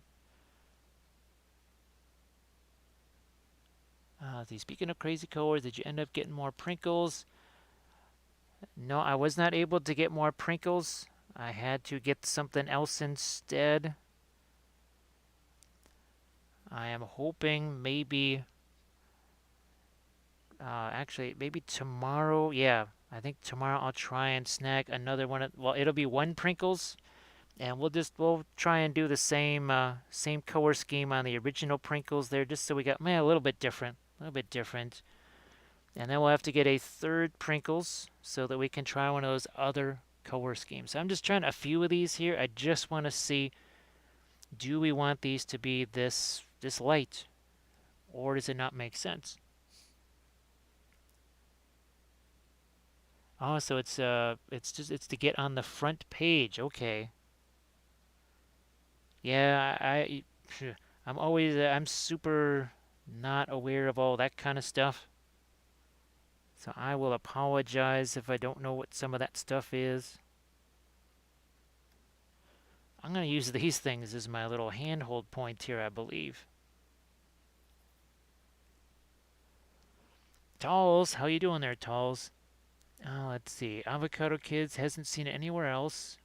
Live Trolls really need to chat about getting more of the stuff in the Avocado Studio, so that you can. What was it? Was it 4 of the Reaper pieces there, right? You had them sitting on the terrain there. So you have to be able to you have to acquire more so that you can make special terrain pieces for them to hang out on. Literally like their own little houses.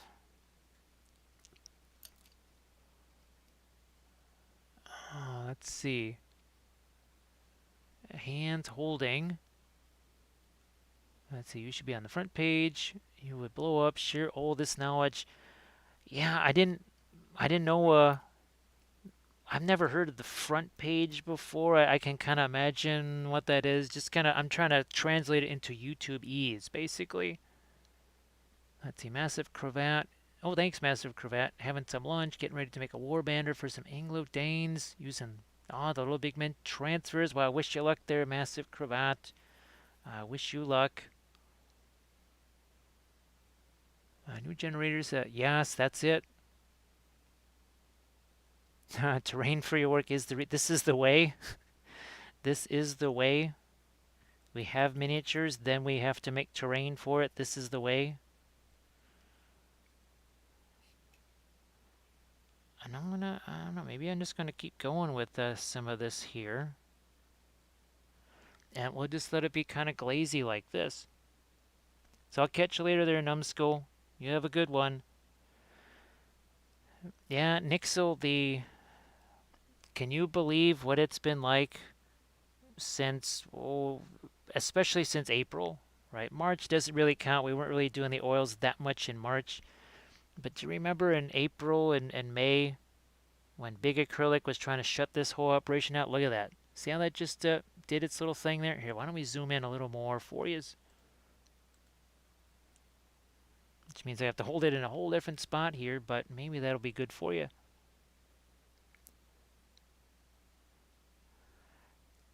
That's what I was Velfair just and U2Es. That's what I'm thinking. Is it's sort of like that in the suggested for you videos, which is weird because you would just think that people that are intimate. Oh, look at that! That was just a couple of brushstrokes, and all those got filled in. And believe me, that paint's not light. If it was, look at that. See how it just defied gravity? It literally went straight up.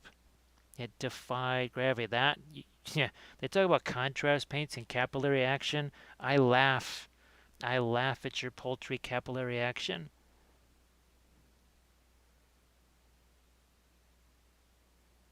Yeah, this is, now obviously this is something that I'd probably just do the foam and, well, the GW Skelly friends and or print all the skull. That's the other thing I got to do is find some Thingiverse places that just have skulls that you can print, but not just human skulls and not just orc skulls. The reason I really like the Green Stuff World skulls is that they had giant skulls and ogre skulls and just stuff that was bigger instead of all just human skulls. Ah, look how it just fills all that right in.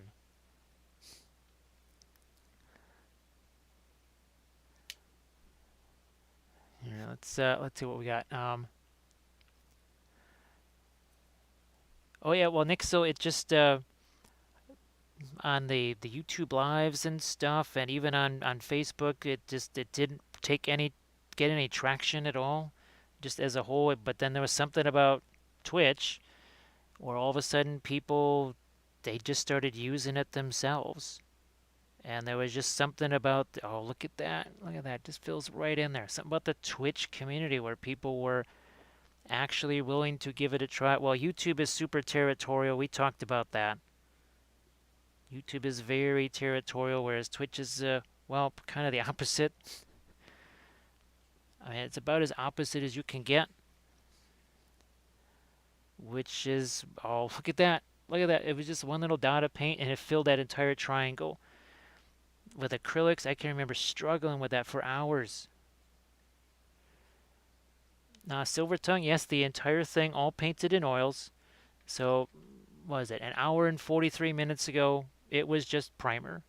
It was just a generic light primer, well, a Badger Steinorez primer, but just a kind of a neutral light primer like that. And an hour and 45 minutes, we've done all of this, all the fun mixing and everything else. And you can go back and check out some of our just previous sessions right here. So this guy. Hello, little hobbits. Spark my gun, Oh, thank you so much, Talent Games Online, for that follow. It's appreciated. Thank you. So these guys here, we painted all of these up in the last week, and they were all in one session. So somewhere in the neighborhood between, on average, 7.5 hours or so. And then, of course, we had our Mr. Giggles right here, our latest big guy that we painted. Right there, it says hello. Mushrooms. We also paint units of things. So here is our Oh my gosh. How many cavalry units have we painted in one stream? So this was all one stream right here. The entire unit of Night's Watch Cav, all 4 guys, and the base, all in one stream. And we do historicals too here. So we painted these guys as well. He's like, wait a minute, what? Is there burning vodka back there? He's like, no, man, dude, don't worry about it. It's all cool. It's all good. Well, look at this. Avocado Kid's nose. He is well aware that this is the cavalry channel. Why is this the cavalry channel? I don't know, because we paint all these horsies. All these horsies here. These were done on our Sculpting Thursday. Remember the Royal Guard? We just took regular old Riders of Rohan like this, snipped off some of the gear, and then gave them cloaks, like old 9-folds over there. Gave them a banner. Is there a Reiner in the house? Is there a Reiner in the house? Reiner, how you doing? And it's Achilles blade too. So Reiner, I hope that you're doing good. Yes, Nixel doesn't care what the miniature is as long as there's a puppet show with it. So yeah, Nix, that's why we have to get ourselves another Prinkles. Prinkles the War Kitty. It's like, are there Pringles here? I smell Pringles. Yes, there's Pringles in here. Where are they? I will take all of your Pringles. So we gotta do another one of him. Ah, Velfera, we love our horsies here. There's a lot more coming because this was the video that I just filmed where we were converting these Mongol cavalry into Kandish horsemen right here. So actually, technically, there's 32 of these. There's 8 of these guys. No, wait, there's 2, 4. There's 6 of these guys and 24. So there's 30 of them. There's 30 of these guys plus 10 chariots. So you'll be seeing, guess what? More cavalry. More cavalry, more better. So Reiner, I hope that you're doing good. Folks, be sure to give Reiner a follow, but I'm guessing you already are. I'm pretty sure you're already following Reiner. See that? Look at how easy that was to get all that paint down in there.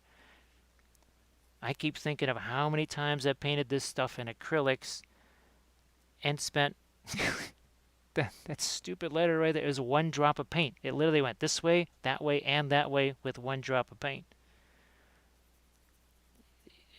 How many times do I say oils make things so easy that it's almost illegal? It's almost criminal how easy they make things. Like that. Yeah, look at that. Velfera, yeah, that is one of the, because the original Kandish miniatures, like all the Lord of the Rings stuff, was all metal. Everything was metal. And somehow I ended up with a whole bunch of extra back banners and no guys. I have no idea where there's all those back banners. And basically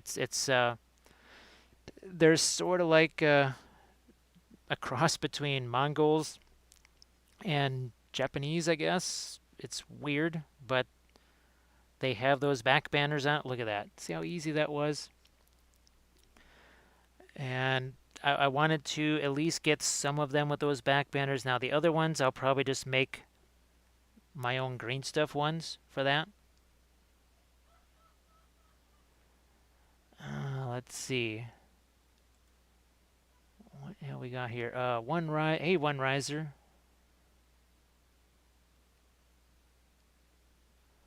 Oh, Reiner, I don't know if I've ever seen one of these. I've totally forgot about it until this was sent here. And someone said, here, you paint this with the other stuff. So it's a commission thing and we're painting this. I had completely forgotten about this thing. I think this has come out before Age of Sigmar or around at the same time. Might have come out before.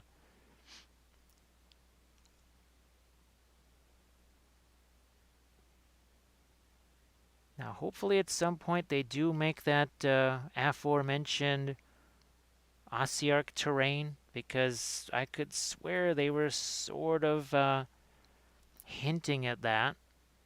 I could swear that they were. Again, all of this is just a little bit of a glazy thing here. Orchrist Gaming in the house. Oh, I like that. I like that term there, Velfair. It's a whole new thing, yes. Contrast paint. Their weak little capillary action. They don't have wappillary action. Not like the oils do. Nope, we missed one over here. Well, that's no problem because all it takes is one little dot. Swing this around. And every single paint is going to be different as far as its point where it does that. Cadmium colors are going to be different than some other ones because the cadmiums are just naturally more thick. Umber's probably going to take a bunch less. Some colors, again, going to take more just because they're naturally thicker. Now, is it the walls and stuff? Because I don't remember seeing the walls. Well, I remember seeing the picture of them, but I don't remember them actually releasing the walls. Release the walls.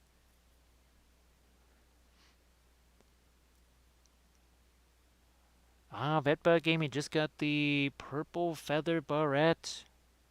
Yes, folks, there's more than just the dice bags.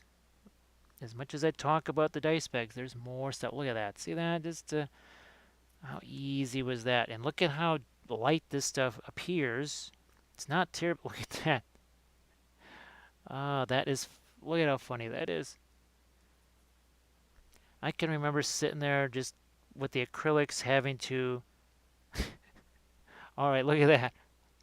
I put one dot here and it went. Whoosh, it literally went around in a triangle. It was like some kind of weird computer graphics type thing. That's crazy. That is. Oh, look at this.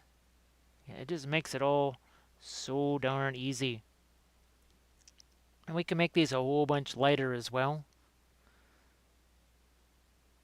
For right now, we don't have to make them quite so light. Gonna have to start, speaking of lighter thing, I'm gonna have to start finding some highlights on our flamey things here. See what happens with some of this stuff. I mean, a lot of this is metal, so it should get some glinty highlights on it, shouldn't it? Hopefully we have darkened this down sufficiently. Only one way to... Oh, yes, we have. That's good. So again, we've got a whole bunch of Sigmarine gear here that we're just going to highlight. Wombat Combat Prime, welcome back. How you doing? Well, this is probably a happy Tuesday for you.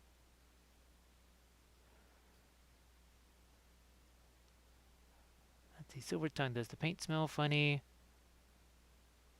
Silver Tongue, no, there's actually, to me, I don't even notice any. But there's just so little because, well, you're not using very much of it. So the thinner, I've been using this for almost 4 days now. That's just a cap to a water bottle. That's how much thinner that we're using here. Oh, Armored Wolf, yep, I saw that. I saw that one. It's just there was a bunch of walls, like literally a bunch of walls, like almost a building. That's the thing I was wondering about. So here, we used it for acrylics too. See, it's for dried acrylics, but oil color. See, not hazardous, no vapor, and we'll show you how well it works for cleaning things a little bit later in the broadcast. We always do that at a certain point. We do a little cleaning demonstration. So yeah, Armored Wolf. That was I remember seeing that. It was the when they did the original photos of the Ossiarchs as an army. People said, "Wait a minute, what's that stuff behind them?" It was like this big old wall, and it looked like terrain. And we were all speculating that that is what's coming maybe at some point for the Ossiarchs. Now that's the only terrain piece so far. Well, I mean that's fine. That's fine. Hopefully, maybe at some point that comes out. Yeah, wow, we really did get that nice and dark because it's able. I'm able to get in there with some highlight type things now.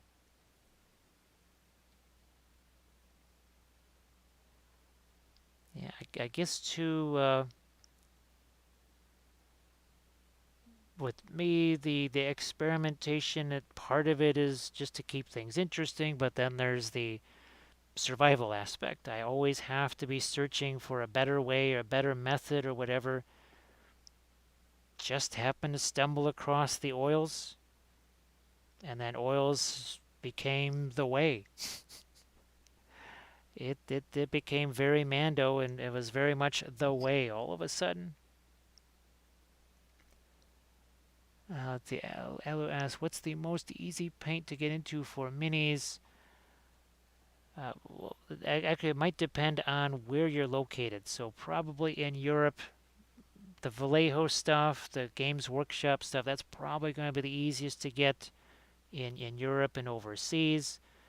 Here in the U.S., for me, I always liked Reaper paints, but that's the acrylic side of things. For oils, that also kind of depends on region, because it seems like certain brands are easier to get in certain parts of the world. Winsor Newton, Gambling, can't go wrong with those. I know folks that also use a Holbein and a couple of other different brands. I haven't used things like Utrecht at all, or yeah, Rembrandts. I haven't used those.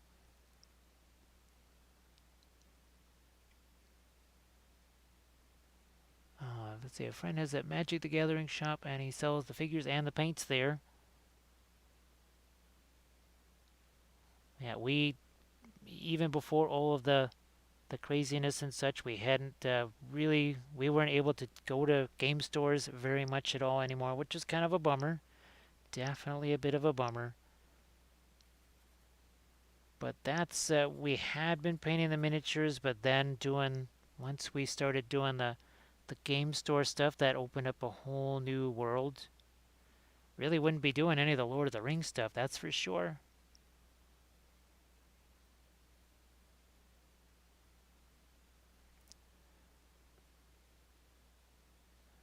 I don't know anything about that now. I wonder if that's their what the heck was it? They're not cadmium line, where they said here's a bunch of cadmium paints that have no cadmium in them, and they were super expensive. But I guess maybe they're not quite so expensive anymore. I don't know. Let's see, very similar to brush. What? Oh, actually, yes. I actually have just some straight up makeup brushes too. The filbert brush is very soft. And makeup brushes, obviously, you want them to be soft. So being able to mix like this with the oils, it definitely relies on a nice soft touch. And let's see, what show up on? Yeah, so with the you either have the fine chisel or something like that.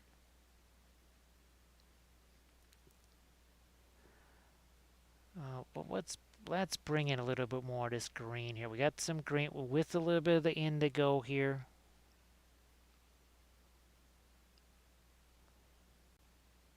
Yeah, I try to make things as easy for people to get as possible. It's some things really do depend on where you're from.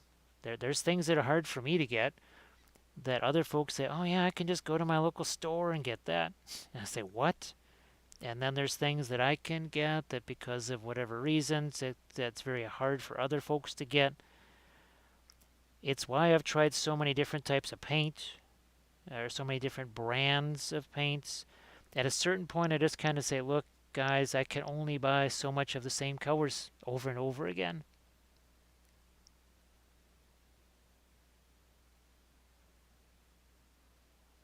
But it's really been nice to see people kind of adopt the oils, make them their own. And I always just remember I used to teach well, watercolor classes, well, pastels, watercolor, all that kind of stuff. But it was some one-on-one classes way back in the day, and that person brought their stuff to a little bit of an art show gathering type thing, and they said, "Oh, Rhapsody has to go head to bed. All right, I will catch you hopefully Thursday. Thanks, Rhapsody, for hanging out." Oh, let's see, right? It's yeah, the Sculpey firm is definitely just man, absolutely. Well, you know how much I love that stuff. You know how much I love that Sculpey firm. It is the core of so many things that I do between basing and sculpting. But they all told her, they said, so Cleo, when did you have Irv Shapiro for watercolors? She said, who? Not only was this a person she'd never heard of before, she'd never seen his stuff, he was already, let's say, not among the living, but he was my teacher for a couple of years at the academy. And basically, from me to Cleo, people said, yeah, that's very distinctly Irv Shapiro. And she had no idea who he was, never saw his stuff. And that was years ago, and that has stuck in my mind. I can remember that almost like it was yesterday, and I have no idea what happened yesterday. I just there was something about that stuck in my mind. That whole idea of painting DNA. That idea that somebody could, well, in a way, paint like somebody they'd never seen or met or whatever, just by virtue of that being passed down. Now, see how thin? Look at this. Look at how thin. Okay, here, let's do a even more. All right, watch this here. This is it's a good example here. So instead of doing here the dry brushy thing, we are just going to take that nice, sharp. Look at the edge of that filbert brush. Look at this. Look at that. Look at that. Sharp edges with a brush that is gigantic. Look at this. Huh? All those fun type things. Math, I'm absolutely gosh. I I guess it is, yeah, it's Tuesday. So at least I remember what day it is. I don't remember, was it the 26th now? Okay, it's the 26th. All right. I do remember editing a tutorial earlier today. That I do remember. We shall see how much snow awaits us for shoveling. I mean, as much as I would like to say, this is 12:06 in the morning. Not super enthused about shoveling snow just at this moment.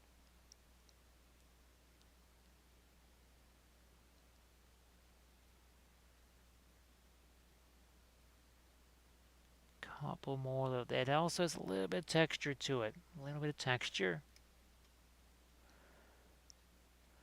Yes, I do believe, what's it, was Adamantium. I think he's in Melbourne. He said it was 40 degrees there. I mean, it can get hot here, but it can get really hot in the summer and it can get really cold in the winter. Thank you so much, Durthu. I appreciate that because we're going to let that fall right in there and we're going to take a little drink of this here.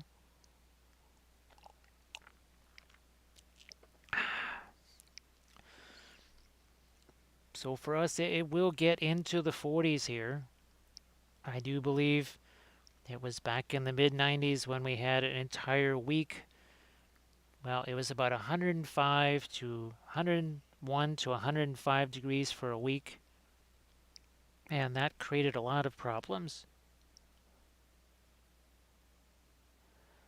Oh, thank you very much, Ghost in the Vein. Like I said, there are now many, many dozens of past episodes with all kinds of fun stuff and basing and yeah, some of them are just all about basing.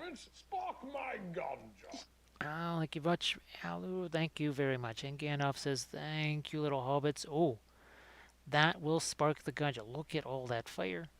Look at all that fire there.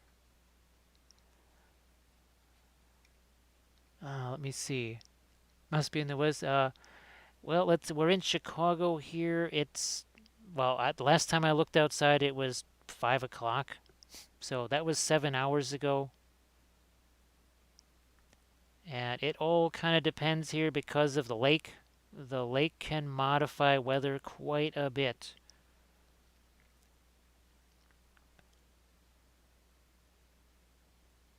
Let's see. Yeah, it's amazing till you have to shovel it.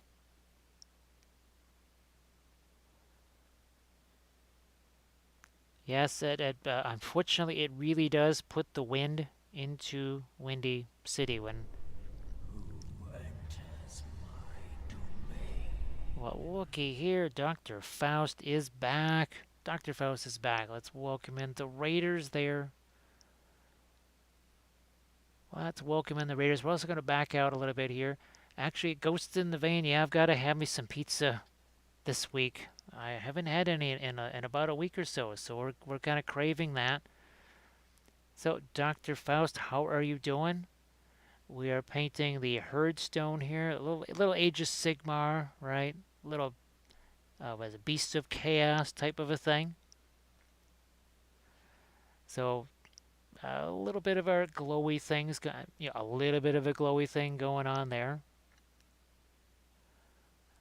For me, I am not super picky about toppings. I kind of like 5 meat pizzas with 5 cheese. Actually, the more meat and more cheese you can pile on there, that is just fine. Hey, Zombie Brush Studios, nice to see ya. So yeah, the lake effect snow doesn't usually whack us that much because obviously the prevailing winds take it the other way. But there are times you can be at the lakefront and it's a massive snowstorm, and by us it's sunshine. There's nothing going on. So there can definitely be lake effect snow here. So Dr. Faust, what kind of stuff were you working on there? And folks, be sure to give Dr. Faust a follow.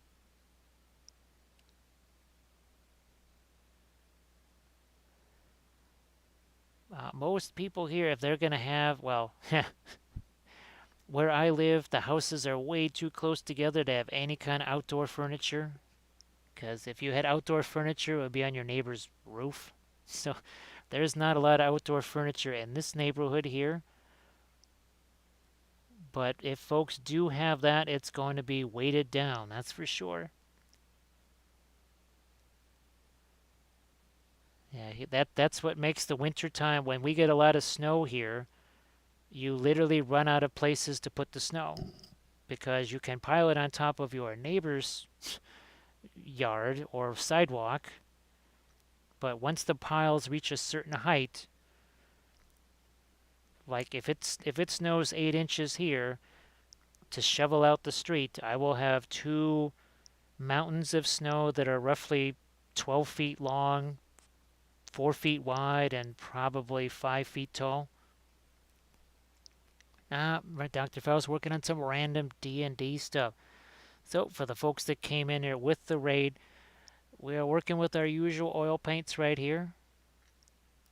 And we've been 5 hours 51 minutes ago. This had 0 paint on it. It was just primer.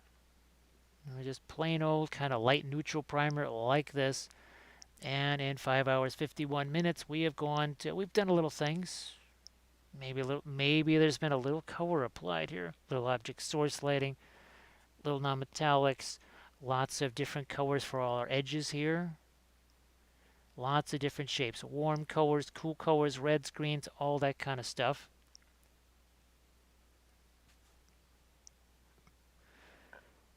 And this is the kind of thing I try to, when I talk about the non-metallic stuff, is that it's going to be, forget about those non-metallic metal sets. I mean, it's not that there's bad colors in there. You could use them for other things. but they're really not going to help you very much for non-metallic metals because, well, unless you buy the set of non-metallic metals that's specially designed for a guy in very shiny armor to be walking around in the woods while wearing a red cloak. Just think all the wild reflections that are going to happen there. And those color sets don't take that stuff into account.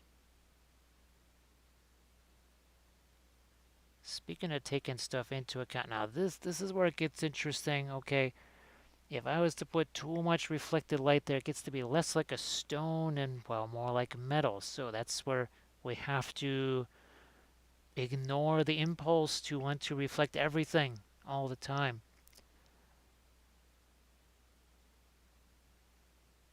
Let's see. Yeah, there's so I'm a mistake. There are no spare parking spaces here. There is one space in front of every house, and that's it. So there's the only place to put it is just, well, basically where your tiny lawn would be. And it gets really interesting with the snow between the houses because there's only 4 feet between the houses, if that much.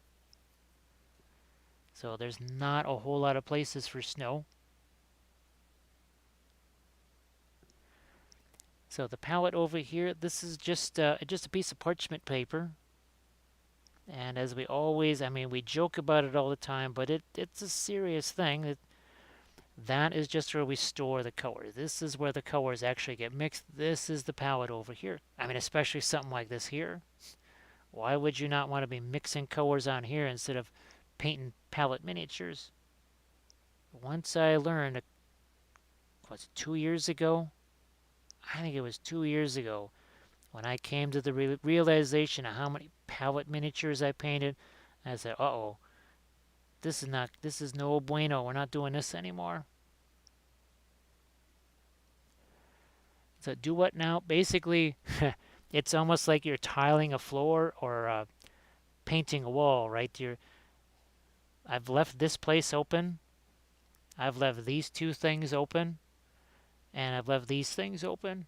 So I've strategically tried to leave myself open places where I can just kind of put my finger here. And again, because we oppose the opposable thumb when it's painting, right? We only use the opposable thumb for sculpting. This means I can just cradle that brush in my hand and literally just paint with a couple fingers. This is actually on the table. So that this is resting on the table on my hand.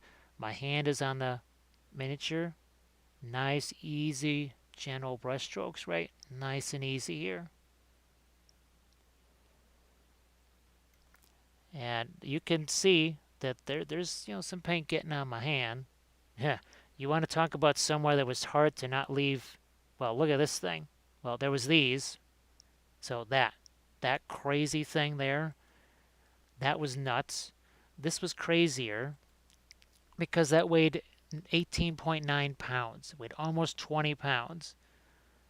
And it was solid resin. Absolutely solid resin. That was brutal. That was brutal. That was all painted with oils. Thank goodness. You would say, well, yeah, acrylics, it would have dried. You could actually have more places to hang on to it. Like, no, because it'd still be painting it 5 months later with acrylics. That's not fun. But we do have another one of those, and we are going to try and paint that with those interference colors, so it has that nice, almost opalescent type of a look, the look of Australian fire opal. That's it. I think that's what it's called, Australian fire opal.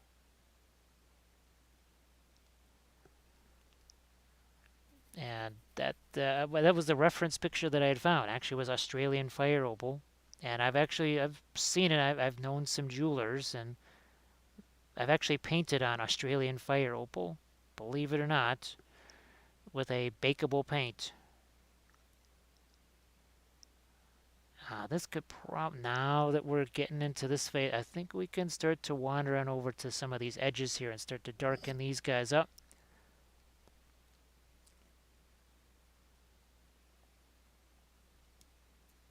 Here, why don't we darken this up over here?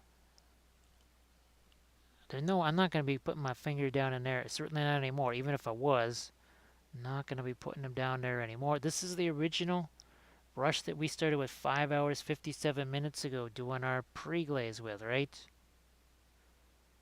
The very same brush. Still utilizing that. I'm going to get some more darks down in here. Again, this is our Van Dyke brown. Little bit of the blue. Mix it into a black. Still have not figured out, do these need to be charred? Or do we just leave them kind of ashen like this? You know what? Maybe just ashen like that. That could be possible. Let's get some darks over here too, if we can. Now they need to be kept submerged to get that real intensity. Well, we'll see what happens with those interference paints, won't we?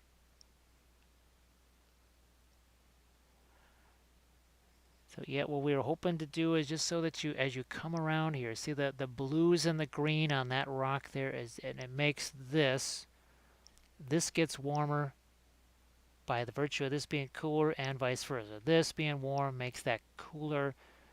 And as we spin this around, now we've got, look at, that's the darkest point. Some of our darkest blues are right here, right at the edge of our warmest warms and our lightest warmest warms.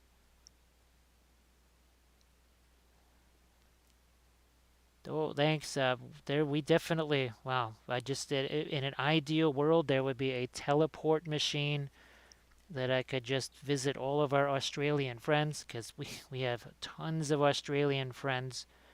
I mean, if we were there for 2 years, I wouldn't be able to hang out with all of them.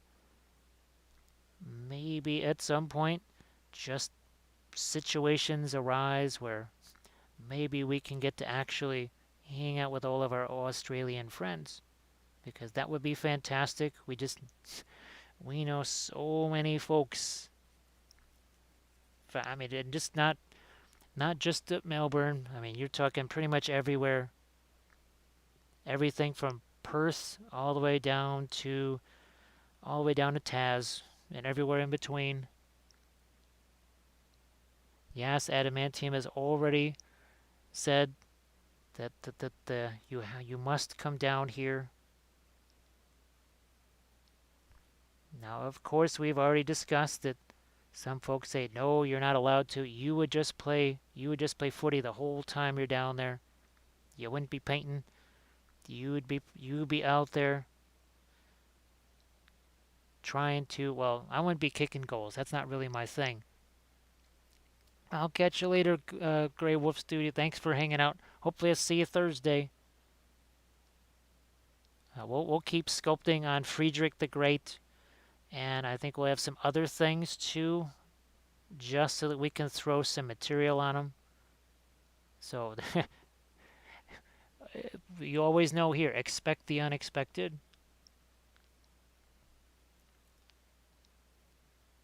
Yes, that's what's really funny is I've had many Australian people say, so you know our national anthem better than I do. You know our footy better than I do. You know who the folks are in our government better than I do. What's going on with you? What's the deal with that?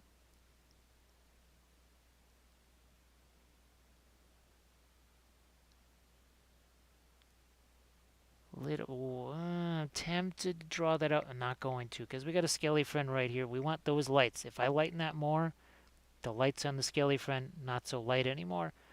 That could probably use a little bit of a Drax Voltum style glaze there. Let's do that. All right, Amastig looks like they're going to be heading out too. Yes, losing that pillow fight. Even if I accidentally burn the stuffing out of my thumb, unclogging the glue. Yikes. That doesn't sound like fun, but hopefully we'll catch you Thursday. Like I said, Friedrich the Great, but possibly some other things as well. Because sculpting multiple things at once, just like with the Mandy's, it's the way. There's a sitcom version of it. Meet the Mandy's. And hoisted by that, hoisted by the own petard. Yes, for the better part of 2 weeks. Yes, we have all hosted ourselves at one point or another on similar petards. I think maybe. Back to our skelly friends over here. I'm gonna have to go back in. I've added plenty of darkstare. I think it's time to maybe throw in a couple of lights. Maybe throw in a couple of lights here.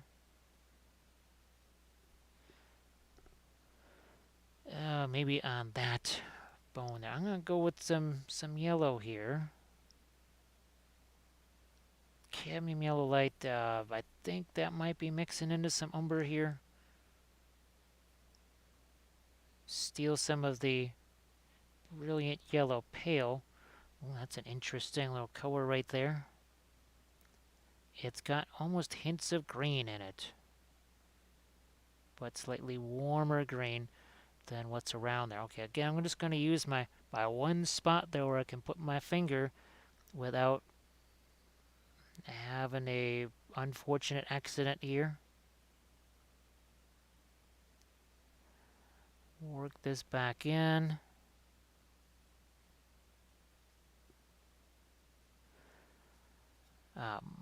Maybe a little bit up here. I mean, I could draw some cracks into that. I don't think I'm going to do that. There's enough going on. There's plenty going on with this. The enemy of good, the mortal enemy of good is always better. We'll just stick with what we have. A couple of these guys, they're going to need some lights too. Can you see it? Okay, good. That is on screen. Wasn't sure if it was.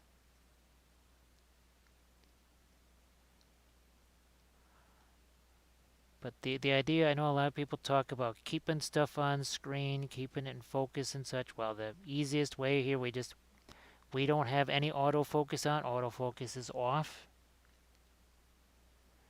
No armor stick had some indecision on the posing and the head choice. Yeah, it's posing. You always want it to be dramatic. You want it to look nice from many different angles. But sometimes that can lead to its own sort of mayhem. Now here, just for fun, I'm going to lighten that up a bit. Ooh, these two. Well, it's been a while since we messed around with those. That's why what is it, decision rather than precision? Decide and stay with it. You have to be flexible, but also don't always convince yourself that, well, that can't possibly be right. I gotta change it. It can't possibly be right. You keep talking yourself out of things, that's going to be, well, you won't get many miniatures done that way. That's one guarantee. Okay, what is happening up here?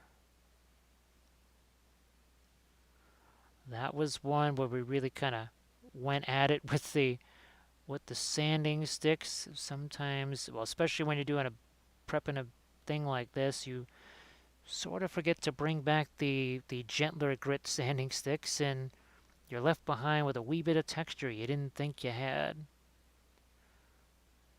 Sometimes you just have to paint that in. Okay, we got our cadmium yellow. We'll mix that with our burnt umber over here. Maybe not that much cadmium yellow. Maybe not quite so much. And let's just go back into the wood bits that are over here again. Are they supposed to be charred wood? It's possible.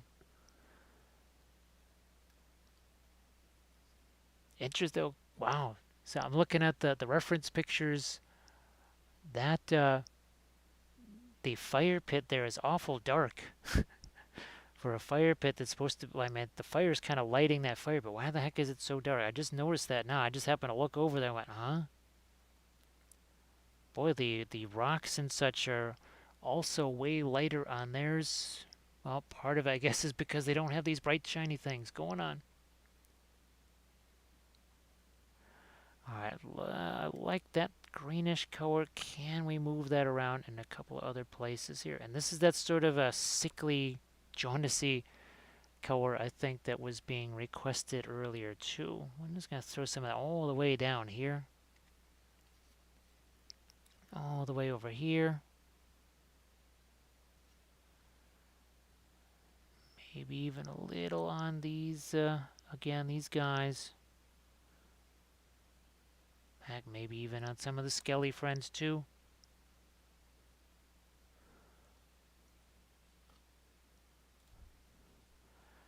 Bring in a bit more here.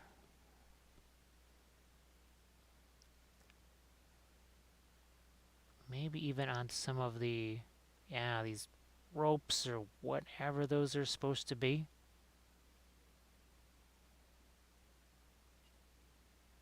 I'm glad we did hit those with the Terra Rosa though. That was a good one. Oh, Art of Bianca, how are you doing? Hey, Foxoletto, glad you're still here. Let's do our blending brush here. Where'd you go? There you are. So happy Tuesday. How are you doing? We've just been moving on along with our Herdstone here.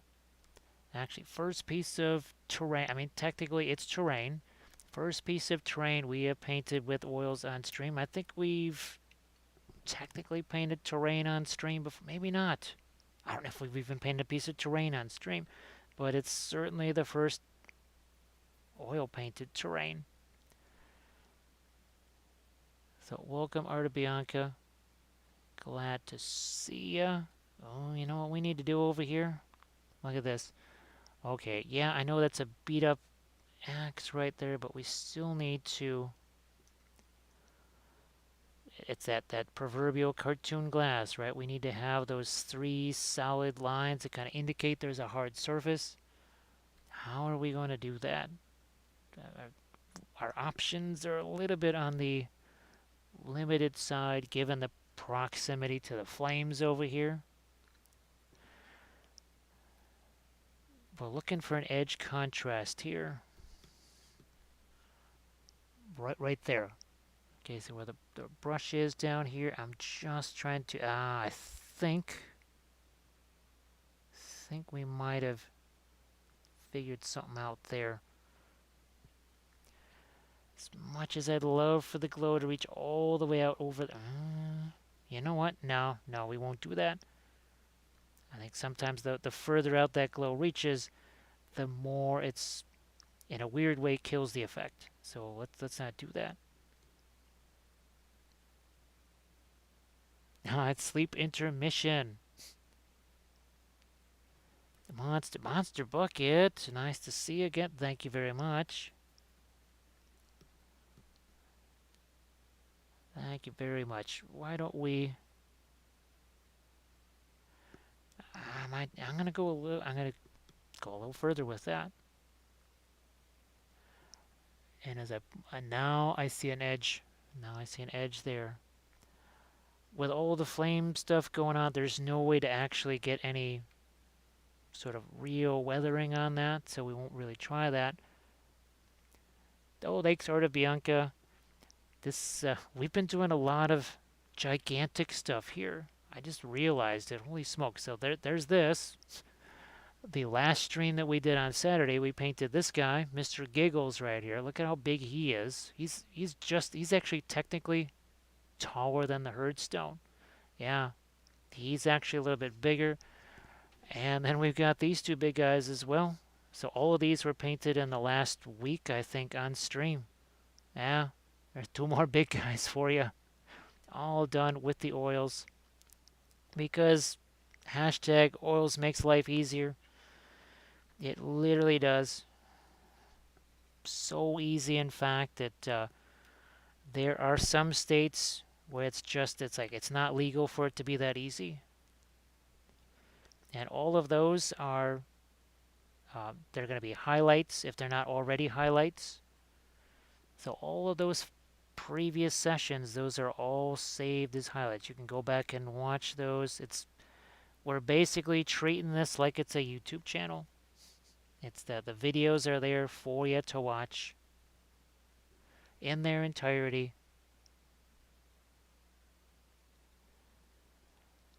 Yeah, Art of Bianca, there's a few kind of critical things with the oils. And that's as much as we laugh and have fun with the Book of Wappel stuff, there are things like you know, the you don't layer oils, oils layer themselves. That's what we call a truism. It really is the case. The oils layer themselves. And it can be hard to get out of that layering mindset because, well, geez, you've been doing it with acrylics for so long. Now all of a sudden you have to tell your brain not to layer things anymore, and that can be a little bit of a challenge. And that idea of patience, right? Here one of the reasons I could just work on this one thing is because this one thing is like several things. There's so many things going on here. I can move from one area to the next, not get too locked in, because that's what happens too. People get locked in. I think also people have a tendency to do we'll prime it black or white, and we'll work on one area because we want to see progress. And well, that can actually create some issues too, just on the acrylic side of things. But the other thing that can happen is now you've lost the context, right? The reason why that flame looks so intense is because there's dark blue here. That orange, as intense as that orange is, all that dark blue out here makes that more intense.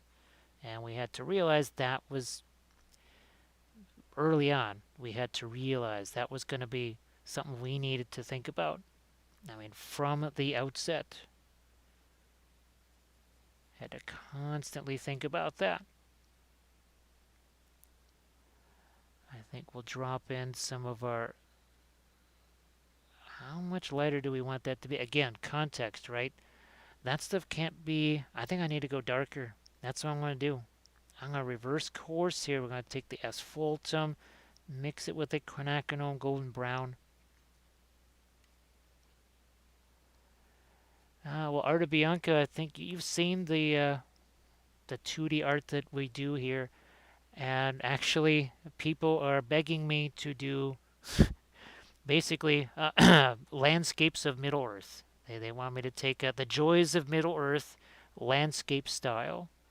So we would be painting all kinds of happy little landscapes of Mordor, Mount Doom, Minas Morgul, happy little orcses, happy little Balrogs, because, that's where the Balrog lives. But that's actually where my training is 2D art. I still have done 2D art longer than I've painted miniatures, even though this year is our 20th anniversary of doing miniatures. Technically, the 2D art goes back even further. There it is. There's my indigo. Plop in some of this here. Let's just do some kind of different color besides all of the browns and the reds and everything else here. We'll touch on a little bit of actually this lighter green, why not? They are the happiest little orcs. They're very happy because they've got themselves a couple little bit of hobbits there, and meat's back on the menu. Orcs like it when meat's back on the menu. Drop ourselves a teensy bit of a highlight over there.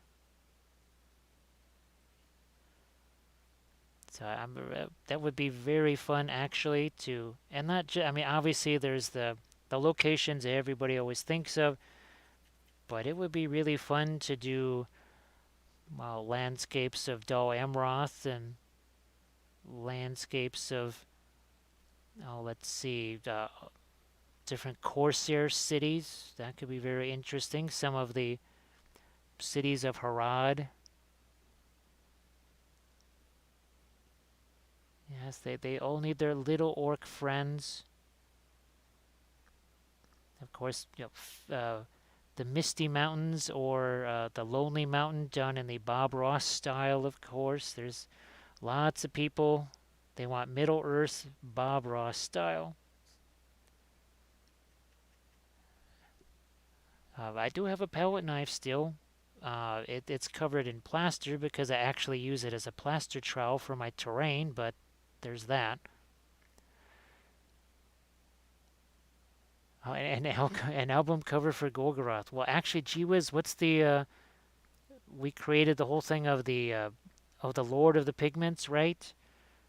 And Pigment Red 101. So what was it again? So to the dwarves, they gave asphaltum, for it made them stout and strong, if not a little greedy. To the elves, they gave Terra Rosa, Pigment Red 101, and it made them beautiful and everlasting. And then to the race of men, they gave Burnt Sienna, Pigment Red 101, and it made them a total pain in the rear end. Yes, that's we will have to definitely create the Lord of the Pigments. They were deceived by the pigment numbers. All of them deceived. For in secret another pigment number was forged. Hey, Kelvadiot, thank you so much. Of course, now I've just lost my two little places where my finger goes here. So I best remember that. Because I just kind of was like, oh yeah, that's where my finger was kind of supposed to go. So we don't have that finger rest anymore, but we do have this little dwarf mask thing that should probably get some paint on it. So let's do that now. Let's see what's going to happen with this little guy here. And we'll just pop a couple of our yellows on it. Maybe throw some greens in there too. We'll have to not do so much of our usual orange that we like to put in our golds because, well, otherwise people are going to say, wait a minute, why did that object source lighting get over there? But what just did get over here was a little bit of goodies from Do What Now. Thank you so much. Because I need me some of this right here, what's left of it. There ain't much left. There is not much left. And that's going to have to fuel the snow shoveling too. Well, that is if enough snow is actually on the ground yet. I have no idea. We had weather reports from Peoria, which, as far as Chicago is concerned, might as well be weather reports from, oh, Brisbane. They're about that similar. So let's see. Thank you so much to What Now. Boy, so many fun things. So many possibilities. I just none of this would have been possible without the Twitch thing. There would be none of this happening on YouTube. I mean, well, if even if they were still letting me do the live sessions, there's no way we would have this much fun. Because, well, there's no raids, right, on YouTube. On YouTube, no one sees your raid. There are no raids there, so you don't get that cross pollination of the audiences. Ooh, look at what that does. One I'm not saying bringing in some darks there is going to make all that stuff that much lighter. Instead of pounding away at highlights, sometimes go, you know what? I could make that lighter. Just because you can do a thing doesn't mean you should do a thing. And that can sometimes come to highlights. I know that's always the first instinct. I mean, I catch myself all the time going, hey, dude, what are you doing? How's about some more dark there? Why don't you chill out on the lighter stuff? Why don't you ease up on that? Why don't you make it a little darker?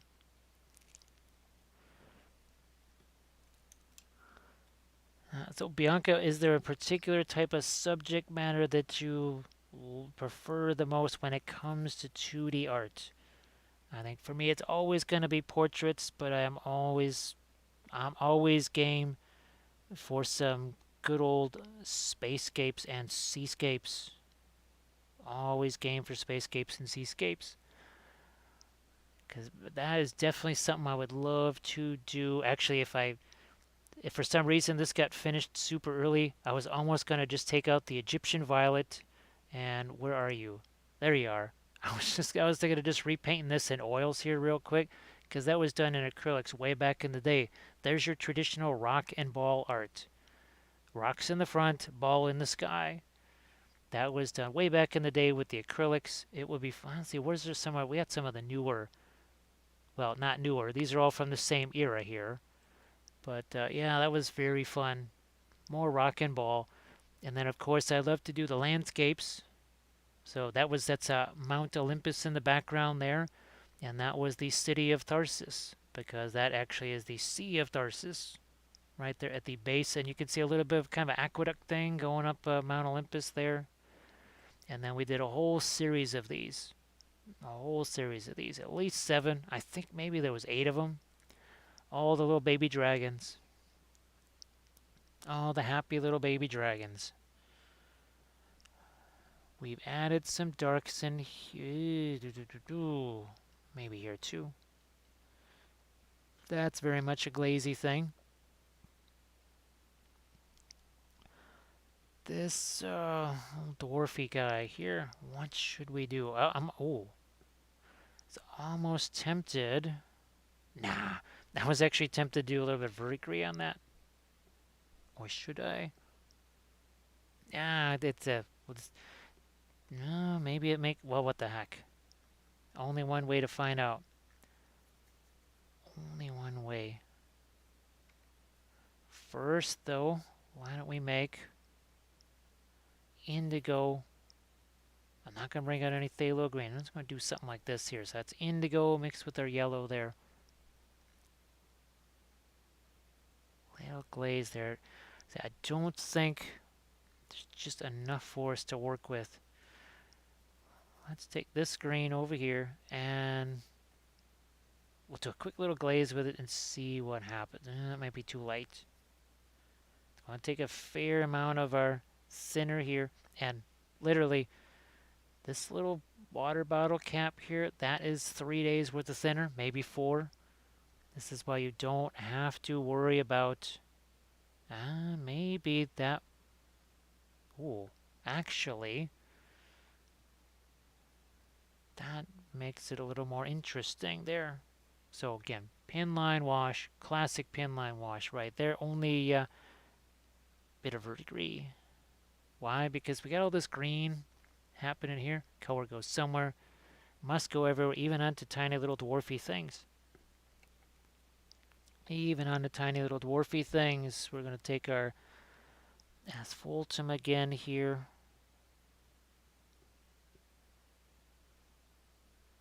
Get some more of our, well, basically some rust into there. That sword, that axe, all that kind of stuff could use just a little bit of help here. Teensy bit of help. That already makes a difference. Sword blade. Yeah, I was just about to reach for some Prussian blue, which, that not out here. That is not out here. That's okay. But I gotta figure out something to do with that feature, the cobalt blue. The color that's made a miraculous recovery. Sort of brought back to life like burnt umber was. A color that was forgotten, left into the wasteland of the painting world. only to return stronger and better than ever.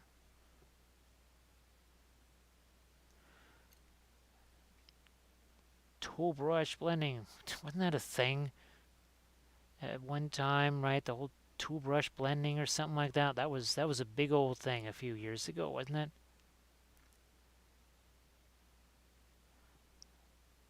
Charnel ground is here. Charnel ground, that's going to depend on kind of the colors you got on there. If you got, say, cadmiums, these lighter colors here, those are going to stay wet for longer, workable for longer, I guess you should say. Anything that's like a brown matter or purple matter, for whatever reason, those dry faster. So those are not going to stay workable that long. Uh, some of you, I think your earth colors, your earth tones, those tend to dry faster just by nature of being earth tones. Now I also am using the parchment paper, right? Where's my parchment paper? Boy, I'm going to have to make some new pieces. So it's this parchment paper on cardboard. So this is also going to be more naturally, I was going to say naturally delicious. Boy, there's that food again. More of an absorbent type surface. If you were to use those paper palettes that are super slick, which is what we used to use here, that your paint could stay workable on that twice as long, maybe even longer. But that's just a little quick overview of that. A little quick overview. It depends what your palette is, depends what the colors are too. Depends what those colors are. Anything that says cadmium or titanium in front of it, unless there's something in there to kind of make it dry faster, I think that's going to take longer to dry. It also depends on how big your piles are too. There are piles that I've stuck my finger in like a week and a half later and they're still wet. And then there's other ones. Hello, little hobbits. Spark my ganja. As we welcome in Tuxedo Maniac. Thank you so much for that follow. Here's a little bit of Gandalf who says, "Oh, I will spark my ganja in the raging fire. Look at that. Oh, wait. We'll cast it in. Cast in the ring. Pick it up. You can touch it. It's quite cool." Sorry about that. Had to do that. I had to do that. I apologize. There was... Am I going to have to get one of these just so I can reenact that scene over and over again? Tuxedo Manic, this is from Games Workshop here. This is the... Oh gosh, what the heck is it called? Oh, it's the... From the Beastman, it is the Herdstone. Now, I do actually sculpt my own stuff here. Oh, here's my Great Beast of Golgoroth. So this was sculpted from scratch. We do sculpting Thursdays here, so actually my next stream is going to be another sculpting stream.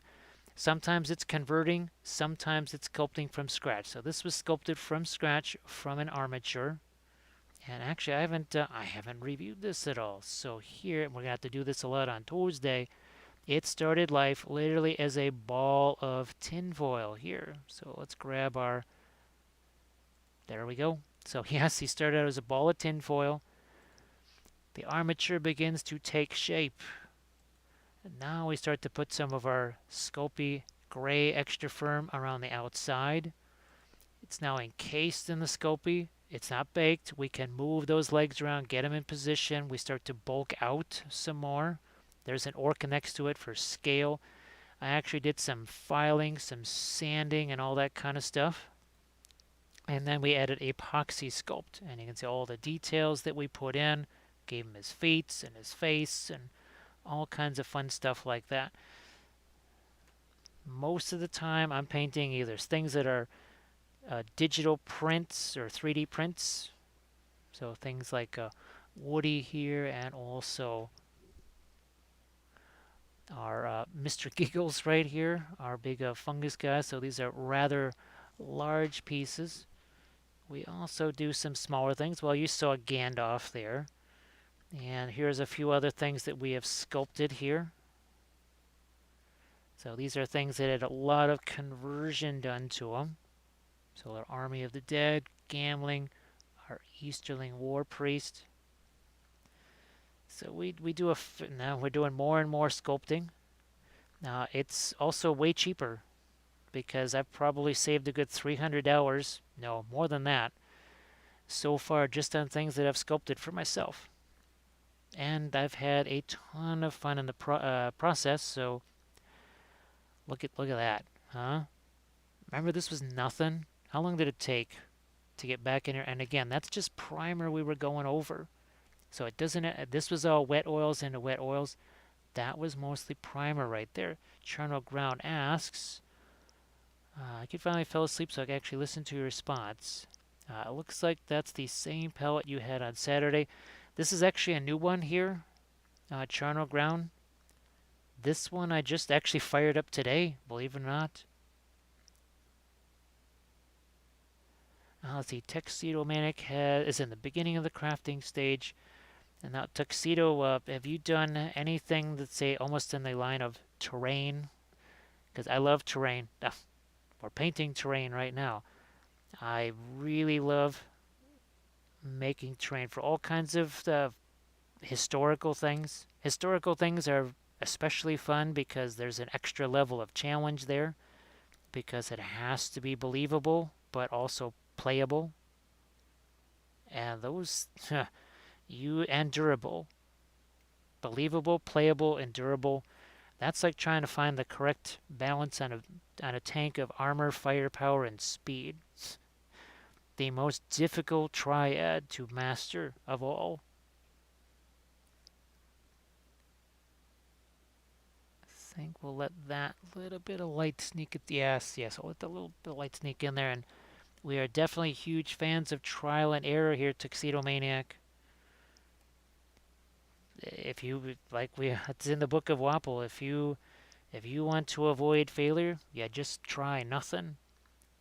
You also avoid success very efficiently when you do that approach.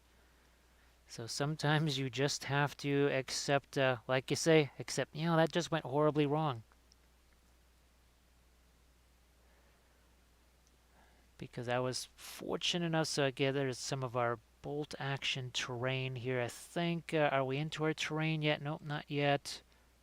I think this one. Yeah. So a lot of the foliage.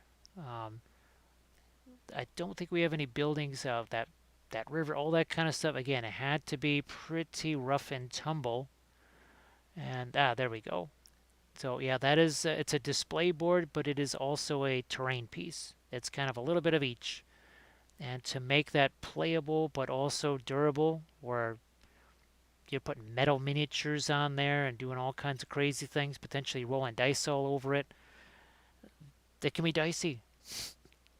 It can be dicey. All right. Ooh, this is look at see that asphaltum. So many different color possibilities with that. Because I've seen terrain that looks fantastic. It's really difficult to play any games on. I've seen terrain that actually looks okay, not bad for playing, and is destroyed by the end of the game session. It's a tough thing because you want to have all three elements: playability, durability, and that realistic look to it. I guess that's where fantasy terrain can give you a little more wiggle room. Because I mean, something like this is like what's the size of a Herdstone? Well, nobody knows. Oh, thanks Tuxedo Maniac. It's something we've talked a lot about here. We talk about it a lot anyways, but especially tonight, this idea of working on the whole thing at once. It's 6 hours, 36 minutes ago. This had nothing but primer on it. There was no color at all. But we went in with very large brushes from the get-go. We were wiping away some of our excess glazes when we first started. The idea, and we immediately threw indigo. That was the first thing we threw was indigo down there because we wanted a dark blue to make all of that warm in there look that much warmer. And I know we were years ago when we first started doing this, we were told, yeah, you prime things, well, usually black, and then you start working them lighter from there, and you only work on one little part at a time. And I don't think it took too long for us to realize, okay, face looked okay until I painted everything else around it. And then all of a sudden you realize that your face is either looking real pasty or real dark. Because when you were painting it, all you had around it was either white primer or black primer. I see it all the time on Instagram. And I realized that the individual pieces that they painted look amazing, but man, what happens when they go to paint the rest of that? How much adjustment are you not seeing? Because they realized, oh my goodness, I did not make that light enough because it was next to light primer or white primer instead of just some kind of a color. Doesn't have to be a finished color, some kind of color. Okay, so these guys they are now pretty much officially no longer a place of rest for the old Pinky here. Not a place of rest anymore. The Tuxedo says, when painting, it's all about the contrast. Choose the right colors on the color wheel. Yes, the other thing we really like to do here, let's pop this. We haven't done this in a while. It's time to do it. So we see all of these greens here, right? And you see the blue there. Well, we like to do the little thing called film noir. Let's do that here. Take away the color. We have lots of value, so there's plenty of value contrast here. But we need more than value. We need color contrast. As fun as all this contrast is value-wise, when we bring this back, we should see different colors in the rocks. And we do. Blue. Almost kind of a yellow over here.